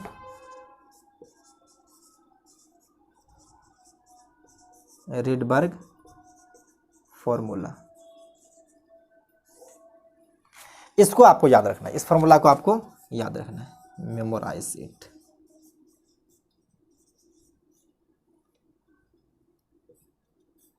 ठीक है, ये सिंपल कैलकुलेशन इसी तरह से कि दोनों के फोटोन का एनर्जी डिफरेंस कैसे निकलेगा, तो जो इन्वॉल्व ट्रांजिशन में था उन दोनों शेल का एनर्जी डिफरेंस निकाले, एनर्जी डिफरेंस निकालने के बाद जो है सो फोटोन का एनर्जी रखें, और SC बाय डिवाइड करने के बाद यहाँ से जो आ जाता है वो रेडबर्ग वैल्यू आता है, जिसका वैल्यू 1.09 इंटू 10 के पावर 7, मतलब कन्फ्यूजन वैल्यू है, हमको भी थोड़ा रहता है, इसको याद करना नहीं, बस याद करना आपको 1/r इक्वल टू 911। अगर याद कर ली तो अच्छी बात है, नहीं भी की तो कोई दिक्कत की बात नहीं। न्यूमेरिकल जब हम लोग सॉल्व करेंगे तो उसका इस्तेमाल भी नहीं करेंगे कभी वो। अब हम लोग डायरेक्ट जो इस्तेमाल करेंगे वो इस तरह इस वैल्यू का पुट करेंगे यहाँ से, और लेमडा करेंगे तो ये 1/r अल्टीमेटली आ ही जाएगा। तो इसको आप लोग नोट कीजिए, इसके ऊपर हम लोग 1-2 क्वेश्चन करते हैं, और क्वेश्चन करने के बाद जो है आपका कंसेप्ट क्लियर हो जाएगा। तो इसको नोट कीजिए। तो बोर्ड पे क्वेश्चन लिख दिया है, यहाँ पे लिखा हुआ find the lambda of photon when an electron falls from. इसमें 4 क्वेश्चन दिए हैं। तो फर्स्ट है जो n2 का वैल्यू सेकंड से फर्स्ट में आ रहा है, उसके बाद फिर क्या है थर्ड से फर्स्ट में आ रहा है, फोर्थ से फर्स्ट में आ रहा है, और ये जो है इन्फिनिटी से फर्स्ट में आ रहा है। तो इस टाइप के जो मतलब कहीं से मतलब n सेकंड ऑर्बिट से या थर्ड ऑर्बिट से या फोर्थ ऑर्बिट से फॉल करके जब फर्स्ट में आता है, तो इस टाइप की सीरीज को हम लोग लाइमन सीरीज कहते हैं। अभी इसको हम लोग डिस्कस करेंगे। तो पहले हम लोग एनर्जी निकाल लेते हैं एक करके। तो पहले एनर्जी निकाल लेते हैं। तो देखिए फर्स्ट का एनर्जी जो हम लोग निकालने आएंगे, तो देखिए एनर्जी का हम लोग जो वेवलेंथ जो सॉरी एनर्जी नहीं बल्कि लेमडा निकालना है। तो लेमडा का फॉर्मूला हम लोग डायरेक्ट लगाएंगे 1/λ इक्वल टू, अभी देखे थे हम लोग RZ square 1 divide by N1 square divide by N2 square, ये N2 है। तो 1/λ करेंगे तो R का वैल्यू भी उन्हें पुट करेंगे हम लोग, R का वैल्यू R ही देते हैं। तो R, और ये देखा गया कि हाइड्रोजन एटम के लिए कर रहे हैं। तो हाइड्रोजन एटम के लिए आप जानते हैं कि उसका एटॉमिक नंबर जो होता है वो 1 का स्क्वायर भी 1 ही हो जाएगा। तो N1 जो है सो 1 ही है, तो 1/1 माइनस में फर्स्ट में क्या है सेकेंड से, तो 1/2 का स्क्वायर है, तो ये हो जाएगा 1/4। तो अगर आप इसको देखेंगे तो देखिए इन दोनों का से 4 रहेगा, तो ये हो जाएगा 3/4 इंटू R। इस तरह से देख रहे हैं। तो अब इसको लेमडा निकालना है, तो यहाँ से देखिए दोनों को इन्वर्स कर देते हैं, तो ये क्या हो जाएगा 4/3 इंटू R। अभी हम बताए थे कि R का वैल्यू जो है सो हम लोग 911 रखेंगे। R का वैल्यू जो पुट करेंगे अप्रोक्सीमेटली 911 एंगस्ट्रॉम, ये पुट करेंगे। और सिचुएशन पढ़ने पे जो है सो हम लोग इसको बदल फेर भी करते रहते, जरूरी नहीं है कि वो एग्जैक्ट 9 से 11 ही रखेंगे। अब देखिए हम लोग यहाँ पे 9 से 12 लेके कैलकुलेट करेंगे, तो इसको जनरली हम लोग थोड़ा सा अप्रोक्सीमेशन का साइन दे देते हैं। इसका मतलब है कि थोड़ा सा अप्रोक्सीमेटली है, तो इसको 9 से 11 न लेकर के 912 कर देते हैं। तो आप जानते हैं कि इसको डिवाइड करेंगे तो 3 0 4, ये कैंसिल हो चुका है। तो यहाँ से लेमडा का वैल्यू जो आ गया है आप देख सकते हैं कि 4 4 जा 16 हो जाएगा, तो 0 हो जाएगा, तो ये 4 3 जा 12। तो ये इस तरह से कुछ आ गया है, लेमडा का वैल्यू जो आ गया है 12 से 16 एंगस्ट्रम है। ये कब हुआ है? जब N2 से लेकर के N1 में आया है। तो देखिए फर्स्ट का जो रिजल्ट है इसको आप लिखिए, इसको हम देखते हैं कितना है 1216। तो कुछ इस रिजल्ट से आपको कंक्लूजन निकलेगा। अगर हम सेकंड का निकालना चाहें तो सेकंड का भी इसी तरह से निकाल सकते हैं। देखिए तो सेकंड करने के लिए क्या करना है हमको, 1/λ इक्वल टू R। Z का वैल्यू तो जानते हैं कि आप 1 ही होता है, तो यहाँ पे 1 होता नहीं बल्कि यहाँ पे हाइड्रोजन के लिए दिया है तो 1 होगा इनटू, तो कहाँ से ट्रांजिशन करेगा, थर्ड से फर्स्ट में करेगा। तो ये 1/N1 स्क्वायर है तो ये 1/1 हो जाएगा और 1/9 हो जाएगा। तो अब इसको आप देखेंगे तो 8/9 आ रहा है। तो 1/λ इक्वल टू आ रहा है ये 8/9 R, 8/9 R। तो यहाँ से लेमडा अगर हम लोग निकालना चाहेंगे तो इसको रिवर्स कर देते हैं, 9/8 R, R भी हो जाएगा 1/R हो जाएगा। तो क्योंकि 1/R का ही तो वैल्यू हम लोग पुट करते हैं, क्योंकि यहाँ भी जो पुट किए थे, उल्टा कर दिए थोड़ा सा, ये 1/R, क्योंकि यहाँ पे भी R ऊपर है तो नीचे आ जाएगा, यहाँ पे भी R। तो आप देख सकते हैं कि हम लोग फिर से पुट करेंगे यहाँ से 9 से 11 में अप्रोक्सीमेशन कर लेते हैं 9 से 12, क्योंकि 9 से 12 अगर पुट करेंगे तो देख रहे हैं कि ये 8 से डिवाइड होने का चांस है। अगर नहीं हुआ तो कोई दिक्कत नहीं, लेकिन फिर भी तो चांस है। तो ये 912 ले लेते हैं। देखिए 8 1 सा 8 हो जाएगा, कितना बचा 1, फिर 8 1 सा 8 और बचा 3, तो 3 तो 8 4 सा इतना, ये कैंसिल हो चुका है। तो लेमडा का वैल्यू जो आ रहा है वो उसको मल्टीप्लाई कर दिए, तो ये हो जाएगा 9 4 सा 36, कैरी बचा 3, तो 9 3 12, तो कैरी बचा 1, तो 9 1 0, तो ये आ रहा है 1026। तो सेकेंड में देख रहे हैं कि ये कितना आ रहा है कि वेवलेंथ का वैल्यू कुछ डिक्रीज कर रहा है, 1026 है। उसी तरह से हम लोग थर्ड के लिए कर लेते हैं, इसको मिटा देते हैं, अब इसका कोई ज़रूरत नहीं है। तो थर्ड के लिए कर रहे हैं कि जब फोर्थ से जंप कर करके ये आ रहा है फर्स्ट में, तो थर्ड के लिए है कहाँ से, जब N2 कितना है 4 से आ रहा है N1 1 में, तो 1/λ का फॉर्मूला है। इसको कई बार लिखेंगे तो आपको याद हो जाएगा। तो R × Z स्क्वायर है, तो Z का वैल्यू हम लोग सीधा 1 ही रख देते हैं, क्योंकि वहाँ पे हाइड्रोजन एटम कहा दिया साफ साफ। तो अब N1 है तो N1 का वैल्यू तो 1 ही का स्क्वायर हो जाएगा, माइनस में N2 4 का स्क्वायर तो 16, तो इसको हम लोग लिख देते हैं। तो अब इसको आप देखिए, अगर करेंगे तो 16 है, तो इसको करेंगे तो 15/16 आ जाएगा। ये सिंपल कैलकुलेशन, इसमें कोई बड़ी बात है नहीं। तो आप देखिए यहाँ से 1/λ इक्वल टू, इसको लेमडा रिवर्स कर देते हैं। तो यहाँ से जो लेमडा का वैल्यू आ रहा है 16/15 इंटू 1/R। अब हम कहे थे कि जो 9 से 11 तो एग्जैक्ट नहीं है, अप्रोक्सीमेशन है। तो यहाँ पे हम जो वैल्यू पढ़ गए नीचे 15 है, मतलब 5 का मल्टीपल है, तो यहाँ पे जो है सो 9 से 11 9 से 10 रख देंगे उसको, तो यह देगा 16/15 इंटू 1/R का वैल्यू 910। अब इसको डिवाइड करेंगे तो देखिए ये 3 5 से कर रहे हैं, तो अब इनको जब डिवाइड करेंगे तो देखिए 5 1 सा 5, बचा कितना, तो 4 बचा है, तो 4/1 हो जाएगा, तो 8, और उसके बाद अगर आप देखेंगे तो ये आ जाएगा 2। तो ये कुछ इस तरह से कैंसिल आ चुका है। और इसको भी अगर हम डिवाइड करना चाहें तो ये हो जाएगा लगभग, मान लेते हैं कि ये 5 टाइम्स में अप्रोक्सीमेट कर रहे हैं, तो ये 5 टाइम्स में कैंसिल हो चुका है। तो लेमडा का वैल्यू जो आ रहा है कुछ, आपको ये हम थोड़ा सा अंदाज़ा लगा करके आपको बताना क्या चाह रही है, ये बस समझिए। तो ये इसको हम लोग 5 मान लिए, लेकिन 5.33 समथिंग आएगा, तो मान लिए कि ये 5.3 इंटू 1820 है। तो इसको मल्टीप्लाई करेंगे तो लगभग जो है सो ये मान लिए कि ये इतना है, तो इसको अगर करेंगे तो सीधा ये मल्टीप्लाई होकर फिर से 910 आएगा। तो मान लेते हैं कि ये 922, कुछ अप्रोक्सीमेट ऐसे कर लिए, मतलब ये एग्जैक्ट नहीं है, आप इसको कैलकुलेट करेंगे तो सीधा आ जाएगा, उतना टाइम बर्बाद नहीं कर रहे हैं हम। बस ये बताना चाह रहे हैं कि हर बार देख रहे हैं कि जो वेवलेंथ का वैल्यू है वो डिक्रीज कर रहा है, 922 एंगस्ट्रम आ रहा है। तो अब हम लोग फोर्थ के लिए कर रहे हैं, तो फोर्थ के लिए जब देखेंगे तो यहीं पे कर लेते हैं, इसको मिटा करके। तो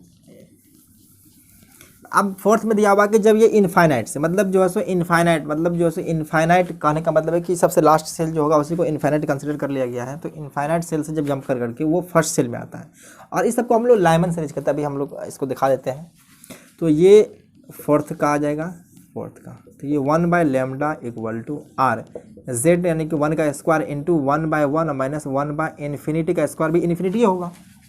ये 1 का स्क्वायर तो 1 ही होगा, इसमें कोई दिक्कत की बात नहीं है। तो ये 1/λ इक्वल टू, अगर आप देखेंगे तो ये सीधा तो 1/∞, ये हो जाएगा 0, ये टर्म जो है सो 0 है, तो 1 माइनस 0 तो 0 ही हो जाएगा, 1 ही हो जाएगा। तो ये आर है, तो लैम्डा का वैल्यू जो हो जाएगा 1/r। इसको हम लोग 911 एंगस्ट्रम कहते हैं। तो आप देख रहे हैं कि लैम्डा का वैल्यू जो है सो 911 एंगस्ट्रम आ चुका है। और इस सीक्वेंस में अगर आप गौर से देखेंगे तो कुछ आपको कंक्लूजन निकल रहा है कि जैसे जैसे हम दूर से ट्रांजिशन कर रहे हैं, जैसे क्या N2 से N1 में आया तो सबसे ज़्यादा वेवलेंथ, फिर N3 मतलब जो है सो थर्ड सेल से फर्स्ट सेल में आया तो थोड़ा वेवलेंथ कम हुआ है। उसके बाद देखेंगे कि जब फोर्थ से फर्स्ट में जंप किया है तो 912, इससे तो वैल्यू कम है। उसके बाद जब इन्फिनिटी से जंप करके 911, मतलब सबसे स्मॉलेस्ट वैल्यू जो वेवलेंथ का होगा वो 911 एंगस्ट्रम होगा। तो यहाँ से पता चल रहा है कि अगर हमको वेवलेंथ अगर लॉन्गेस्ट चाहिए तो उसके लिए स्मॉलेस्ट ट्रांजिशन करना पड़ेगा। तो इसको मिटा देते हैं। बस ये बताना चाह रहे हैं कि आपको अगर स्मॉलेस्ट वेवलेंथ चाहिए तो लॉन्गेस्ट ट्रांजिशन, और जो लॉन्गेस्ट वेवलेंथ चाहिए तो स्मॉलेस्ट ट्रांजिशन होना चाहिए। तो यही बात है। तो इसको आप लोग स्टार मार करके कहीं पे नोट करके लिख लीजिए। हम यहाँ पे लिखा देते हैं, फॉर लॉन्गेस्ट वेवलेंथ, अगर वेवलेंथ बड़ा चाहिए लॉन्गेस्ट लैम्डा, उसके लिए शॉर्टेस्ट ट्रांजिशन। तो शॉर्टेस्ट ट्रांजिशन क्या हो सकता है, सेकेंड से फर्स्ट में जंप करके आया है, और उसी तरह से फॉर शॉर्टेस्ट लैम्डा, इसके लिए लॉन्गेस्ट ट्रांजिशन करना पड़ेगा। लॉन्गेस्ट मतलब इन्फिनिटी, सबसे दूर जो होगा इन्फिनिटी होगा, लॉन्गेस्ट ट्रांजिशन। अब इतना समझिए। तो अब हम लोग एनर्जी लेवल लिखते हैं, और एनर्जी लेवल को देख करके सब सीरीज जो होगा उसको ऑब्टेन करते हैं। तो पहले इसको नोट कीजिए। तो यहाँ से देखिए एनर्जी लेवल जो होगा अलग अलग सेल का वो क्या होता है, और सबका वैल्यू आप लोग जानते भी हैं, एनर्जी लेवल। और ये जो वैल्यू रखेंगे हम लोग इलेक्ट्रॉन वोल्ट में रखेंगे। तो यहाँ से हम लोग एक कर्व मतलब जो है सो ग्राफ के तौर पे देखते हैं। तो सबसे नीचे वाले को जो है सो हम लोग n=1 कंसिडर कर लेते हैं। तो इसको n=1, और n=1 का जो एनर्जी होता है ये अभी आप देखे होंगे, जो अगर ये फॉर्मूला लगाएंगे इस तरह से, En का -13.6 into Z² divide by n²। Hydrogen atom के लिए कर रहे हैं, ये है हाइड्रोजन एटम के लिए, क्योंकि हाइड्रोजन एटम कर दिए तो वहाँ से एटॉमिक नंबर फिक्स हो जाता है, और उसी के लिए हम लोग मैक्सिमम काम करते हैं। तो इसका वैल्यू अगर E1 देखेंगे तो यहाँ से जो है अगर हम लोग कैलकुलेट करते जाएँ तो हाइड्रोजन एटम तो 1 हो जाएगा। तो यहाँ से E1 देखेंगे तो E1 का वैल्यू जो हो जाएगा -13.6, ये सब इलेक्ट्रॉन वोल्ट में। उसी तरह से E2 देखेंगे तो ये -3.4 इलेक्ट्रॉन वोल्ट, और E3 ये -1.51 इलेक्ट्रॉन वोल्ट होता है। इसी तरह से E4 देखेंगे, E4 तो माइनस में 0.81 इलेक्ट्रॉन वोल्ट आता है। उसी तरह से E5 तो ये होता है, E5 जो होता है 5.4 इलेक्ट्रॉन वोल्ट, अगर चाहे तो डिवाइड करके आप निकाल सकते हैं। और E6 जो होता है वो 0.37 इलेक्ट्रॉन वोल्ट होता है। तो हर हाइड्रोजन एटम का जो है सो अगर शेल करें, फर्स्ट सेल का एनर्जी होता है -13.6, उसके बाद सेकंड के लिए -3.4। तो ये सब स्पेशल वैल्यू होता है। अगर आप लोग चाहें तो इसको नोट भी कर सकते हैं, याद भी कर सकते हैं, और नहीं तो कोई दिक्कत नहीं है, वैसे ही रखिए। तो इस सेल का जो एनर्जी होगा वो -13.6, ये सब इलेक्ट्रॉन वोल्ट में एनर्जी हम कह चुके हैं कि इलेक्ट्रॉन वोल्ट में लिए हैं। तो फर्स्ट सेल मान के चलिए यहाँ है, तो इनके बीच जो सेकेंड सेल आएगा तो इनके बीच का गैप कुछ ज़्यादा होगा, इसको हम लोग N2 कह देते हैं, N2 है। तो N2 का जो एनर्जी होगा उसको नोट किया वहाँ पे -3.4 है, देख लीजिए वहाँ पे। उसके बाद जो होगा इसके पीछे गैप कम होता जाएगा, मान लीजिए इस तरह से, इसको N3 है, तो N3 का जो एनर्जी लेवल है उसको देख सकते हैं, तो वहाँ से निकलेगा -1.51। उसके बाद थोड़ा सा और गैप कम होगा, तो मान लीजिए कि ये कुछ इस तरह से आया, ये n = 4 है, और इसका भी एनर्जी आप देख सकते हो वहाँ से 0.81 है, माइनस में है, ये 0.81 है। उसके बाद जो है E5 होगा, तो E5 थोड़ा सा और इससे कम होगा डिस्टेंस पे, E5 ये n = 5 है, और इसका जो एनर्जी होगा, मतलब इसका एनर्जी जो बात कर रहे हैं वो वहाँ से देखिए 0. माइनस में 54 इलेक्ट्रॉन वोल्ट है। उसके बाद देखिए इसके भी जो है सो और नज़दीक आ जाएगा, ये N6 है, तो ये N6 के लिए है, और N6 का जो एनर्जी होता है वो जनरली आप देख सकते हैं वहाँ से माइनस में 0.37 इलेक्ट्रॉन वोल्ट है, ये सब इलेक्ट्रॉन वोल्ट में। इसी तरह से जो है सो बहुत सारा होगा, और लास्ट में जो होगा वो मान लेते हैं कि n = इन्फिनिटी यहाँ पे आया, n = इन्फिनिटी। अगर देखिए, अगर फर्स्ट से मतलब सेकेंड शेल से ट्रांजिट कर करके इलेक्ट्रॉन फर्स्ट में गिर रहा है, या इसी को कह सकते हैं सेकेंड से फर्स्ट में गिर रहा है, या इसी को थर्ड से फर्स्ट में गिर रहा है, चाहे तो इस इन्फिनिटी से फर्स्ट में गिरेगा, तो इस टाइप के सीरीज को कहते हैं लाइमन सीरीज। मतलब ये सीरीज जो बन रहा है इसको कहते हैं लाइमन सीरीज, क्योंकि ये लाइमन एक साइंटिस्ट थे जिन्होंने खींचा था।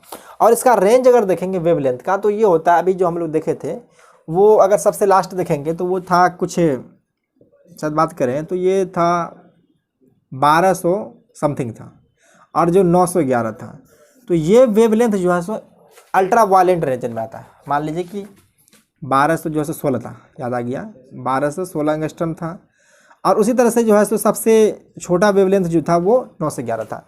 तो इन वेवलेंथ को देख रहे हैं कि विजुअल रेंज में नहीं आ रहा, क्योंकि विजुअल रेंज में जो हम लोग को वेवलेंथ मिलता है वो 4000 एंगस्ट्रॉम से लेकर के 8000 के बीच आता है, ये विजुअल रेंज का वेवलेंथ है। तो इसका जो रीजन आता है ये अल्ट्रा वायलेंट रीजन, मतलब ये दिखता नहीं है, ये यूवी रीजन में आता है। उसी तरह से अगर मान करके चलिए, अगर ये थर्ड से जंप कर करके फर्स्ट में आए, इसी तरह से जो है सो ये फोर्थ से जंप कर करके सेकंड में आए, फिर ये फोर्थ से जंप कर करके सेकंड में आए, उसी तरह से मान लीजिए कि बहुत सारा इन्फिनिटी से लेकर के इस तरह से यहाँ जंप करके आए, तो इसको कहते हैं हम लोग बाल्मियर सीरीज, या इसी को बामर भी पढ़ता लोग, बाल्मियर सीरीज। और इसका जो रेंज होता है वो होता है विजुअल रीजन में। इसका अगर हम लोग अभी वेवलेंथ निकालेंगे तो वो जो 4000 से लेकर के 8000 के बीच आएगा, थोड़ा सा अगर आगे के पीछे होगा, अगर मान लीजिए 3600 तब उसको भी विजुअल ही रेंज में आता है जनरली, तो ये आता है विजुअल रेंज में, विजिबल रेंज में। लेकिन सीरीज में जो है सबसे पहले यही ऑब्टेन हुआ था, क्योंकि ये ऑब्टेन इसलिए हो गया था, ये दिखता था, ये सब चीज़ दिखता नहीं था, ये सब जो बाद में डिस्कवर हुआ, लेकिन डिस्कवरी जो से पहले बामर सीरीज का ही हो गया था। उसी तरह से अगर ये सेकेंड में आ गया, उसके बाद कहीं से जंप कर करके थर्ड में आ रहा है, सॉरी इन्फिनिटी तो नहीं करेंगे, पहले मान के चलिए ये फोर्थ से जंप कर करके थर्ड में आया, उसी तरह से फिफ्थ से जंप कर करके थर्ड में आएगा, और उसी तरह से अगर हम कहेंगे तो 5 से जंप कर करके ये थर्ड में आया। तो इसी तरह से जो होता है, मान के चलिए जंप कर करके जैसे फर्स्ट में आया तो उसको लाइमन कर दिए, सेकंड में आया तो उसको बाल्मियर कर दिया, और थर्ड में जो है उसको पास्टियन कहते हैं, पास्टियन होता है। और ये जो आता है, जैसे कि अगर देखें ये अल्ट्रा वायलेंट रीजन में है, उसके बाद जो है सो ये विजुअल रीजन, तो उसके जस्ट बाद जो रीजन होता है वो उसको इंफ्रारेड कहते हैं, तो ये लो इंफ्रारेड रीजन में आता है, इंफ्रारेड रीजन को IR से कहते हैं। उसी तरह से मान के चलिए ये पास्टियन है, उसके बाद अगर ये जंप करके इसमें आएगा, फिर इससे जंप करके इसमें आएगा, फोर्थ में आएगा, और ये इस तरह से जंप करके आएगा, तो इसको कहते हैं ब्रैकेट सीरीज, इसको ब्रैकेट कहते हैं। उसके बाद पी फंड है, मतलब जो है सो जैसे कि मान के चलिए ब्रैकेट है, और ये भी देखेंगे तो इसका भी रीजन जो होता है वो लो इंफ्रारेड रीजन में। अब इसी तरह से और साथ ज़्यादा आगे है तो आपको उतना जानने की ज़रूरत नहीं है, बस इतना आपके लिए काफ़ी है। देखिए फर्स्ट में अगर कहीं से भी अगर कि इन ट्रांजिशन करके फर्स्ट में आएगा तो उसको लाइमन कहते हैं, अगर कहीं से अगर सेकंड में आता तो उसको बाल्मियर कहते हैं, और थर्ड में आएगा उसको पास्चर कहते हैं। उसके बाद ये फोर्थ में आ रहा तो उसको ब्रैकेट कहते हैं। उसके बाद जब आता है फिफ्थ में उसको पी फंड, मतलब उसको फंड कहते हैं, पी साइलेंट होता है। उसके बाद जो आएगा उसको हम लोग कहते हैं हमफेरी सीरीज। तो ये सब बहुत ज़्यादा है, टिमाटरमा समझिए इस टाइप का, तो उसको जानने की जरूरत है। एनसीईआरटी में देखा जाए तो तीन ही दिया, लाइमर, बाल्मियर और पास्चर को दिया हुआ, ब्रैकेट भी बता दिए हैं। इसी तरह से मान के चलिए अगर इसको ये इसमें आ गया और ये इस तरह से, तब तो जगह भी नहीं बचा है, तो इसको कहते हैं फंड सीरीज। पी साइलेंट है, यहाँ पे फंड सीरीज होता है। अब कोई ज़रूरी नहीं है इतना करने की। उसके बाद हमफेरी सीरीज है, तो उतना जानना है बस, ये इतना, लाइमन, बाल्मियर, पास्चर, इतना जानना है। इसका जो रीजन होता है यूवी रीजन होता है, और इसका जो होता है बाल्मियर का ये विजुअल रीजन में आता है। अभी हम लोग जो है देखिए, अगर क्वेश्चन में कभी कभी कह दिया है कि find the wavelength of Balmer series for longest transition, तो लॉन्गेस्ट ट्रांजिशन के लिए करना है क्या कि लॉन्गेस्ट ट्रांजिशन कितना होता है, इन्फिनिटी से जंप करके बाल्मियर सीरीज जब भी, तो n1 जो हो जाएगा यहाँ पे n = 2 होगा, n1 = 2 हो जाएगा, और जो n2 होगा वो इन्फिनिटी हो जाएगा। उसी तरह से कर दिया अगर second line of Balmer series है, तो फर्स्ट लाइन तो ये है, सेकेंड लाइन ये है, जो क्वेश्चन पूछ सकता है। इसी तरह से पूछेगा second line of Balmer series में जो है सो वेवलेंथ कितना होगा, या second line of Balmer series का वेवलेंथ क्या है। उसी तरह से पूछ देगा fourth line of Balmer series, तो फोर्थ लाइन कहाँ पे मिलेगा, देखिए फर्स्ट मिल रहा है थर्ड से 2 में, और उसी तरह से देखिए फर्स्ट जो मिल रहा है थर्ड से 2 में, और जो सेकेंड मिलेगा वो फोर्थ से 2 में, और थर्ड जो मिलेगा 5 से 2 में। उसी तरह से ये 6 से 2 में आ जाएगा, ये फर्स्ट, सेकेंड, थर्ड, फोर्थ, और फिफ्थ जो होगा 7 से लेकर के 2 में होगा। इस तरह से आप करके निकाल सकते हैं आराम से। अगर fifth line of Balmer series कर दिया तो बाल्मियर सीरीज कर रहा तो आप देख रहे हैं कि 2-2 का ट्रांजिशन हो रहा है, तो अगर नीचे सेकंड आ रहा है तो ऊपर जो है सो 5 से मिल रहा है। अगर इसी तरह से fifth line of Lyman series कर दे तो जंप करके आना कहाँ पे है, तो फर्स्ट में, निकलना कहाँ से, अगर 6 से जंप करके फर्स्ट में आएगा तब, तो इसका मतलब फिफ्थ लाइन के लिए n2 का वैल्यू जो आ जाएगा वो n2 = 6 और n1 = 1 हो जाएगा। तो ये सब चीज़ क्वेश्चन प्रैक्टिस से आता है। बस यही तरीका है कि इसको लाइमन, इसको बाल्मियर, इसको पास्चर, इसको ब्रैकेट, इसको ब्रैकेट, उसके बाद पी फंड, उसके बाद जो आता है उसको हम फेरी सीरीज करते हैं। उतना जानने की जरूरत नहीं है। तो इसके ऊपर जो है हम लोग क्वेश्चन करते हैं, थोड़ा घुमा कर क्वेश्चन देते हैं, उसको आप लोग जो है सो एक बार ट्राई कीजिएगा। उसके बाद हम सॉल्व तो करेंगे ही, पहले इसको नोट कीजिए। बोर्ड पे क्वेश्चन लिख दिए हैं, इसको आप लोग चाहे तो पॉज करके एक बार ट्राई कर सकते हैं। तो देखिए यहाँ पे जो साफ साफ लिखा है, एक बार पूछा लॉन्गेस्ट वेवलेंथ, एक बार पूछ रहा है शॉर्टेस्ट वेवलेंथ निकालने के लिए। तो आपको पता होना चाहिए कि लॉन्गेस्ट के लिए जो होता है स्मॉलेस्ट ट्रांजिशन, तो लॉन्गेस्ट वेवलेंथ के लिए स्मॉलेस्ट ट्रांजिशन करना है। और बाल्मियर सीरीज के लिए तो आपको पता ही है कि जो n2 का वैल्यू होगा, n1 का वैल्यू होगा, जो जंप करके आएगा वो 2 में आएगा। जब 2 में आता है कहीं से भी जंप करके, उसको हम लोग कहते हैं बाल्मियर सीरीज। तो अब लॉन्गेस्ट ट्रांजिशन के लिए हम लोग करना क्या है, लॉन्गेस्ट ट्रांजिशन है तो शॉर्टेस्ट, लॉन्गेस्ट वेवलेंथ के लिए shortest transition for longest wavelength, इसके लिए क्या करना पड़ेगा, शॉर्टेस्ट ट्रांजिशन, शॉर्टेस्ट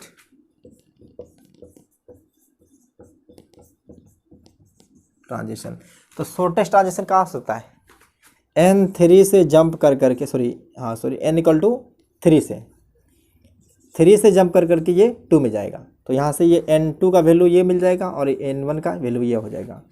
यहाँ से वैल्यू पुट कर सकते हैं, 1/λ = RZ² 1/n1² -1/n2²। तो यहाँ से देख सकते हैं 1/λ = हो जाएगा R, और हाइड्रोजन एटम साफ साफ कह दिया वहाँ पे, तो ये देख लीजिए हाइड्रोजन एटम के लिए कहा गया है। तो n1 का वैल्यू कितना हो जाएगा, यहाँ पे 2 है तो 1/4 हो जाएगा, और -1/, तो n3 है तो ये स्क्वायर होकर के ये 9 हो जाएगा।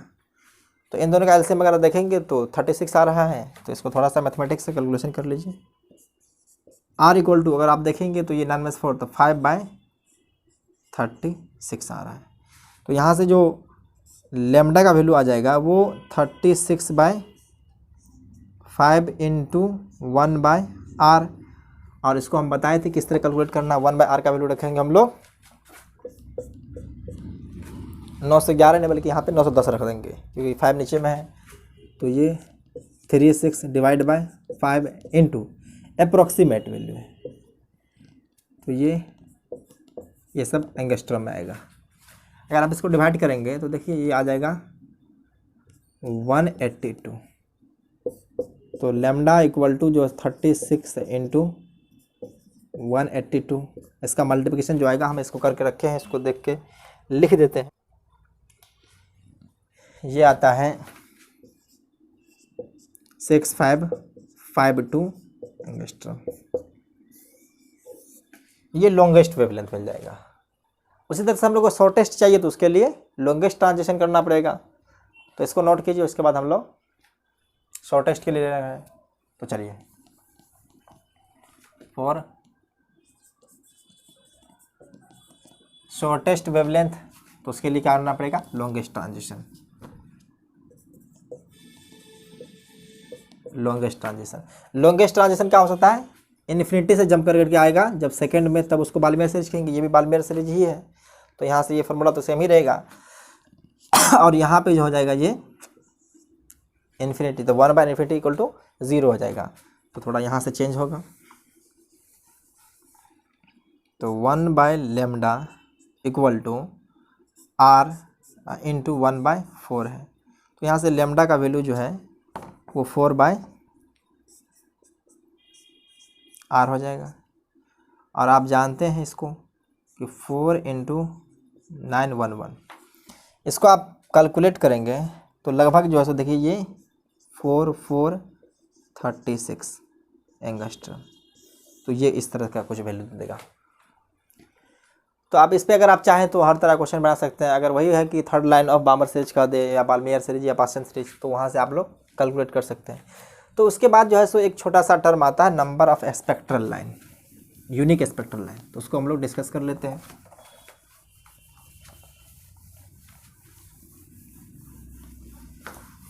तो हेडिंग दीजिएगा number of unique spectral line.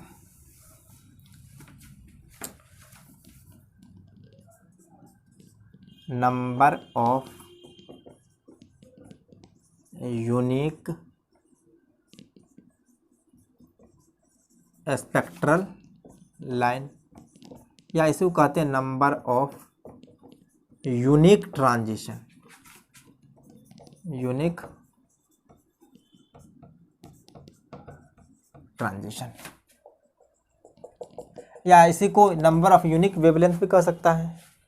तो अलग अलग टर्म से हैं, तो बस इतना आप समझिए। तो हम लोग मान लेते हैं कि यहाँ पे कुछ एनर्जी लेवल है, इससे 3 एनर्जी लेवल है। तो यहाँ से कितना नंबर ऑफ यूनिक, मतलब जैसे इसको हम लोग N1 मान लेते हैं, इसको N2 N3 है। तो अलग अलग ट्रांजिशन जो होगा, या तो फर्स्ट ऑप्शन है कि ये तो सीधा यहाँ से जंप करके इसमें आ जाए, तो एक पॉसिबिलिटी है। इसको हम लोग फर्स्ट, सेकेंड और थर्ड कर सकते हैं। ऐसे थर्ड से जंप करके फर्स्ट में आ जाए। उसके बाद देखिए, फर्स्ट से जंप करके सेकेंड में और सेकेंड से जंप करके फर्स्ट में, उसका एक पॉसिबिलिटी बचा है। अगर इसको हम करेंगे तो ये सेकेंड से तो फर्स्ट में आ ही चुका है और थर्ड से फर्स्ट में आ चुका है। तो इसमें नंबर ऑफ स्पेक्ट्रल लाइन जो मिल रहा है, number of spectral line equal to 3 है। अगर देखेंगे तो इसमें और कोई पॉसिबिलिटी बचा ही नहीं है। या तो थर्ड से जंप करके फर्स्ट में आए, चाहे तो ये थर्ड से, मतलब अगर देखोगे तो फर्स्ट ये हो गया और सेकेंड ये है और थर्ड ये है, तो इतना ही पॉसिबिलिटी हो सकता है। या तो वो थर्ड से फर्स्ट में आए, चाहे थर्ड से सेकंड में आए और सेकंड से फर्स्ट में आए, तो वो सब पॉसिबिलिटी हो चुका है, इसमें नहीं बचा है। सिर्फ यूनिक करेंगे। उसके बाद देखते हैं जब n equal to number of spectral line, अगर यहाँ पे एनर्जी लेवल 4 लेते हैं, यहाँ पे 1 2 3 4 है, तो इसमें नंबर ऑफ स्पेक्ट्रल लाइन कितना हो सकता है। ठीक है, फर्स्ट पॉसिबिलिटी है कि ये सीधा जंप करके 4 से फर्स्ट में आ जाए, एक ये हो गया है। सेकेंड देखेंगे तो या तो ये 4 से 3 में आए, फिर 3 से फर्स्ट में आए, सो सेकेंड में आए और सेकेंड से फर्स्ट में आए, तो ये फर्स्ट, ये सेकेंड, ये थर्ड, ये फोर्थ हो चुका है। अब देखते हैं, ये फोर्थ से जंप करके सेकेंड में आ सकता है और फिर सेकेंड से जंप करके फर्स्ट में, तो इसको तो हम कंसिडर कर चुके हैं 4 में, तो ये तो इंक्लूड नहीं होगा, ये 4 ये 5 हो जाएगा। उसके बाद देखेंगे तो देखिए ये फर्स्ट में, तो ये तो आ चुका है, ये यहाँ से जंप करके सीधा यहाँ पे आ सकता है, एक बार जंप करके थर्ड में आएगा, थर्ड से फर्स्ट में आ जाएगा, तो इसको हम लोग कंसिडर कर चुके हैं। देखिए कंसिडर सेकंड में ही कर चुके हैं, और ये वाला कुछ यूनिक मिल रहा है, तो ये 6 हो जाएगा। तो देखिए यहाँ से first, second, third, fourth, 5th और 6th हो गया। अगर आप देखेंगे इसमें ज़्यादा स्पेक्ट्रल लाइन का संभावना नहीं है, तो इसमें जो है नंबर ऑफ स्पेक्ट्रल लाइन जो हो जाएगा, number of spectral line equal to 6 है। अगर आप चाहें तो पॉसिबिलिटी और ढूंढने के लिए तो नहीं मिलेगा, तो इसके लिए हम लोग एक शॉर्टकट फार्मूला इस्तेमाल करेंगे, और वो फार्मूला जो है सो इन दोनों पर वैलिड करेंगे। तो यहाँ से शॉर्टकट देखते हैं, शॉर्टकट। तो देखिए नंबर ऑफ स्पेक्ट्रल लाइन जो होगा, नंबर ऑफ स्पेक्ट्रल यानी यूनिक कह देते हैं, स्पेक्ट्रल लाइन इक्वल टू, वो अगर n2 से कर रहा है तो n2 minus n1 into n2 minus n1 plus 1 divide by 2। अब देखिए कितना नंबर ऑफ स्पेक्ट्रल लाइन है, तो देखिए यहाँ से अगर फर्स्ट लास्ट देखेंगे थर्ड है, थर्ड से फर्स्ट में जम करके आया है, तो इसमें अगर निकाला जाए फॉर्मूला से, तो देखिए थर्ड माइनस फर्स्ट करेंगे, तो इसको चाहे तो third minus first into third minus first plus 1 divide by 2। तो अब देखिए ये 2 आ जाएगा और ये तो 1 ही आ जाएगा, तो यहाँ से थर्ड आ रहा है, ये इस पर वैलिड हो रहा है। उसी तरह से इस पर हम अगर अप्लाई करना चाहेंगे तो देखिए 4 माइनस 1 इंटू 4 माइनस 1 मतलब n2 इसको मानेंगे, और उसके बाद जो है सो n1 इसको मानेंगे लास्ट, सबसे अपर वाले को और सबसे लोअर वाले को, इसको हम लोग n2 कंसिडर कर रहे हैं, इसको n1 कर रहे हैं, प्लस 1 डिवाइड बाय 2। तो आप देखेंगे तो यहाँ से 3 बचा और यहाँ से जो है सो 4 बचा है, तो 3 इंटू 4 डिवाइड बाय 2, तो फिर ये 6 आ रहा है। तो ये वैलिड बैठ रहा है। तो number of unique spectral line अगर पूछेगा कभी, तो इस तरह से आप निकाल सकते हैं। अगर कितना नंबर ऑफ लाइन्स दिया हुआ है, नंबर ऑफ लाइन्स अगर 3 दिया हुआ है, तो वहाँ से फॉर्मूला बैठा सकते हैं, 3 minus first into 3 minus first plus 1 divide by 2 है। तो इस तरह से आप निकाल सकते हैं। तो इमिशन स्पेक्ट्रम में मैक्सिमम बात जो हो सकती थी बस यही हो सकता है। अगर एनर्जी पूछ दे तो एनर्जी में निकालने का तरीका बता दिए, उसके बाद अगर जो है सो वेवलेंथ पूछेगा तो वेवलेंथ किस तरह निकालना वो भी बता दिए। अब जो हम लोग एब्जॉर्प्शन स्पेक्ट्रम को समझते हैं, और एब्जॉर्प्शन स्पेक्ट्रम में जो है सो जो फेनोमेना इसमें किए वो सारा का सारा वैलिड जो है सो एब्जॉर्प्शन स्पेक्ट्रम में ही होगा। तो इसको आप लोग एक बार पॉज करके नोट कीजिए, उसके बाद उस पर आते हैं। तो हेडिंग दीजिए एब्जॉर्प्शन स्पेक्ट्रम, एब्जॉर्प्शन स्पेक्ट्रम। इसमें ज़्यादा लेंथी नहीं है, थोड़ा सा हम लोग इसका एक्सप्लेनेशन समझ लेते हैं, उसके बाद जो है सो जो रूल लगा है उस पर वही सारा यहाँ पे भी लगेगा। तो एब्जॉर्प्शन स्पेक्ट्रम में क्या होता है कि एब्जॉर्प्शन मतलब होता है कि यहाँ पे कुछ एब्जॉर्ब हो रहा है। तो पहले हम लोग यहाँ पे समझते हैं कि क्या, कि अगर जो पहले शुरुआत में लिए थे कि हम लोग के एक वैक्यूम मतलब या सील्ड ट्यूब लिए थे, सील्ड ट्यूब के अंदर क्या एटॉमिक गैस को रखे, एटॉमिक गैस को रखते थे, इसको कोल्ड गैस कहा जाता है। मतलब जो है सो ये हीटेड नहीं किया गया है, इससे होकर के कोई रेडिएशन ज़्यादा नहीं निकल रही है। अब इससे वाइट लाइट पास कराया गया, ये वाइट लाइट है, वाइट लाइट। तो वाइट लाइट जब पास कराया गया तो इनसे जो रेडिएशन निकला, मतलब जो रेडिएशन निकल रहा, मतलब जो लाइट निकल रही है, अब इस लाइट को पास कराया गया प्रिज्म से। क्योंकि जनरली हम लोग जानते हैं कि जब व्हाइट लाइट प्रिज्म से पास कराते हैं तो कंटिन्यूअस स्पेक्ट्रम बनता है और उसमें 7 कलर दिखता है हम लोग को, विबजियर के फॉर्मेट में आप उसको जानते हैं। तो यहाँ से जो स्क्रीन यहाँ पे लगा लेते हैं, ये स्क्रीन है। तो यहाँ से जो वेवलेंथ मिलेगा वो हर तरह का वेवलेंथ मिला, लेकिन इसके अंदर कुछ अजीब टाइप का देखने को फिनोमेना मिला। ये जो है मान लीजिए कि ये स्पेक्ट्रम है, ये कंटिन्यूस स्पेक्ट्रम मिला, ये स्पेक्ट्रम बन गया है, क्या है, कंटिन्यूअस स्पेक्ट्रम ऑब्टेन, ऐसे कर सकते हैं, चलिए ऑब्टेन and some specific कहने का मतलब है कि कुछ खास है, स्पेसिफिक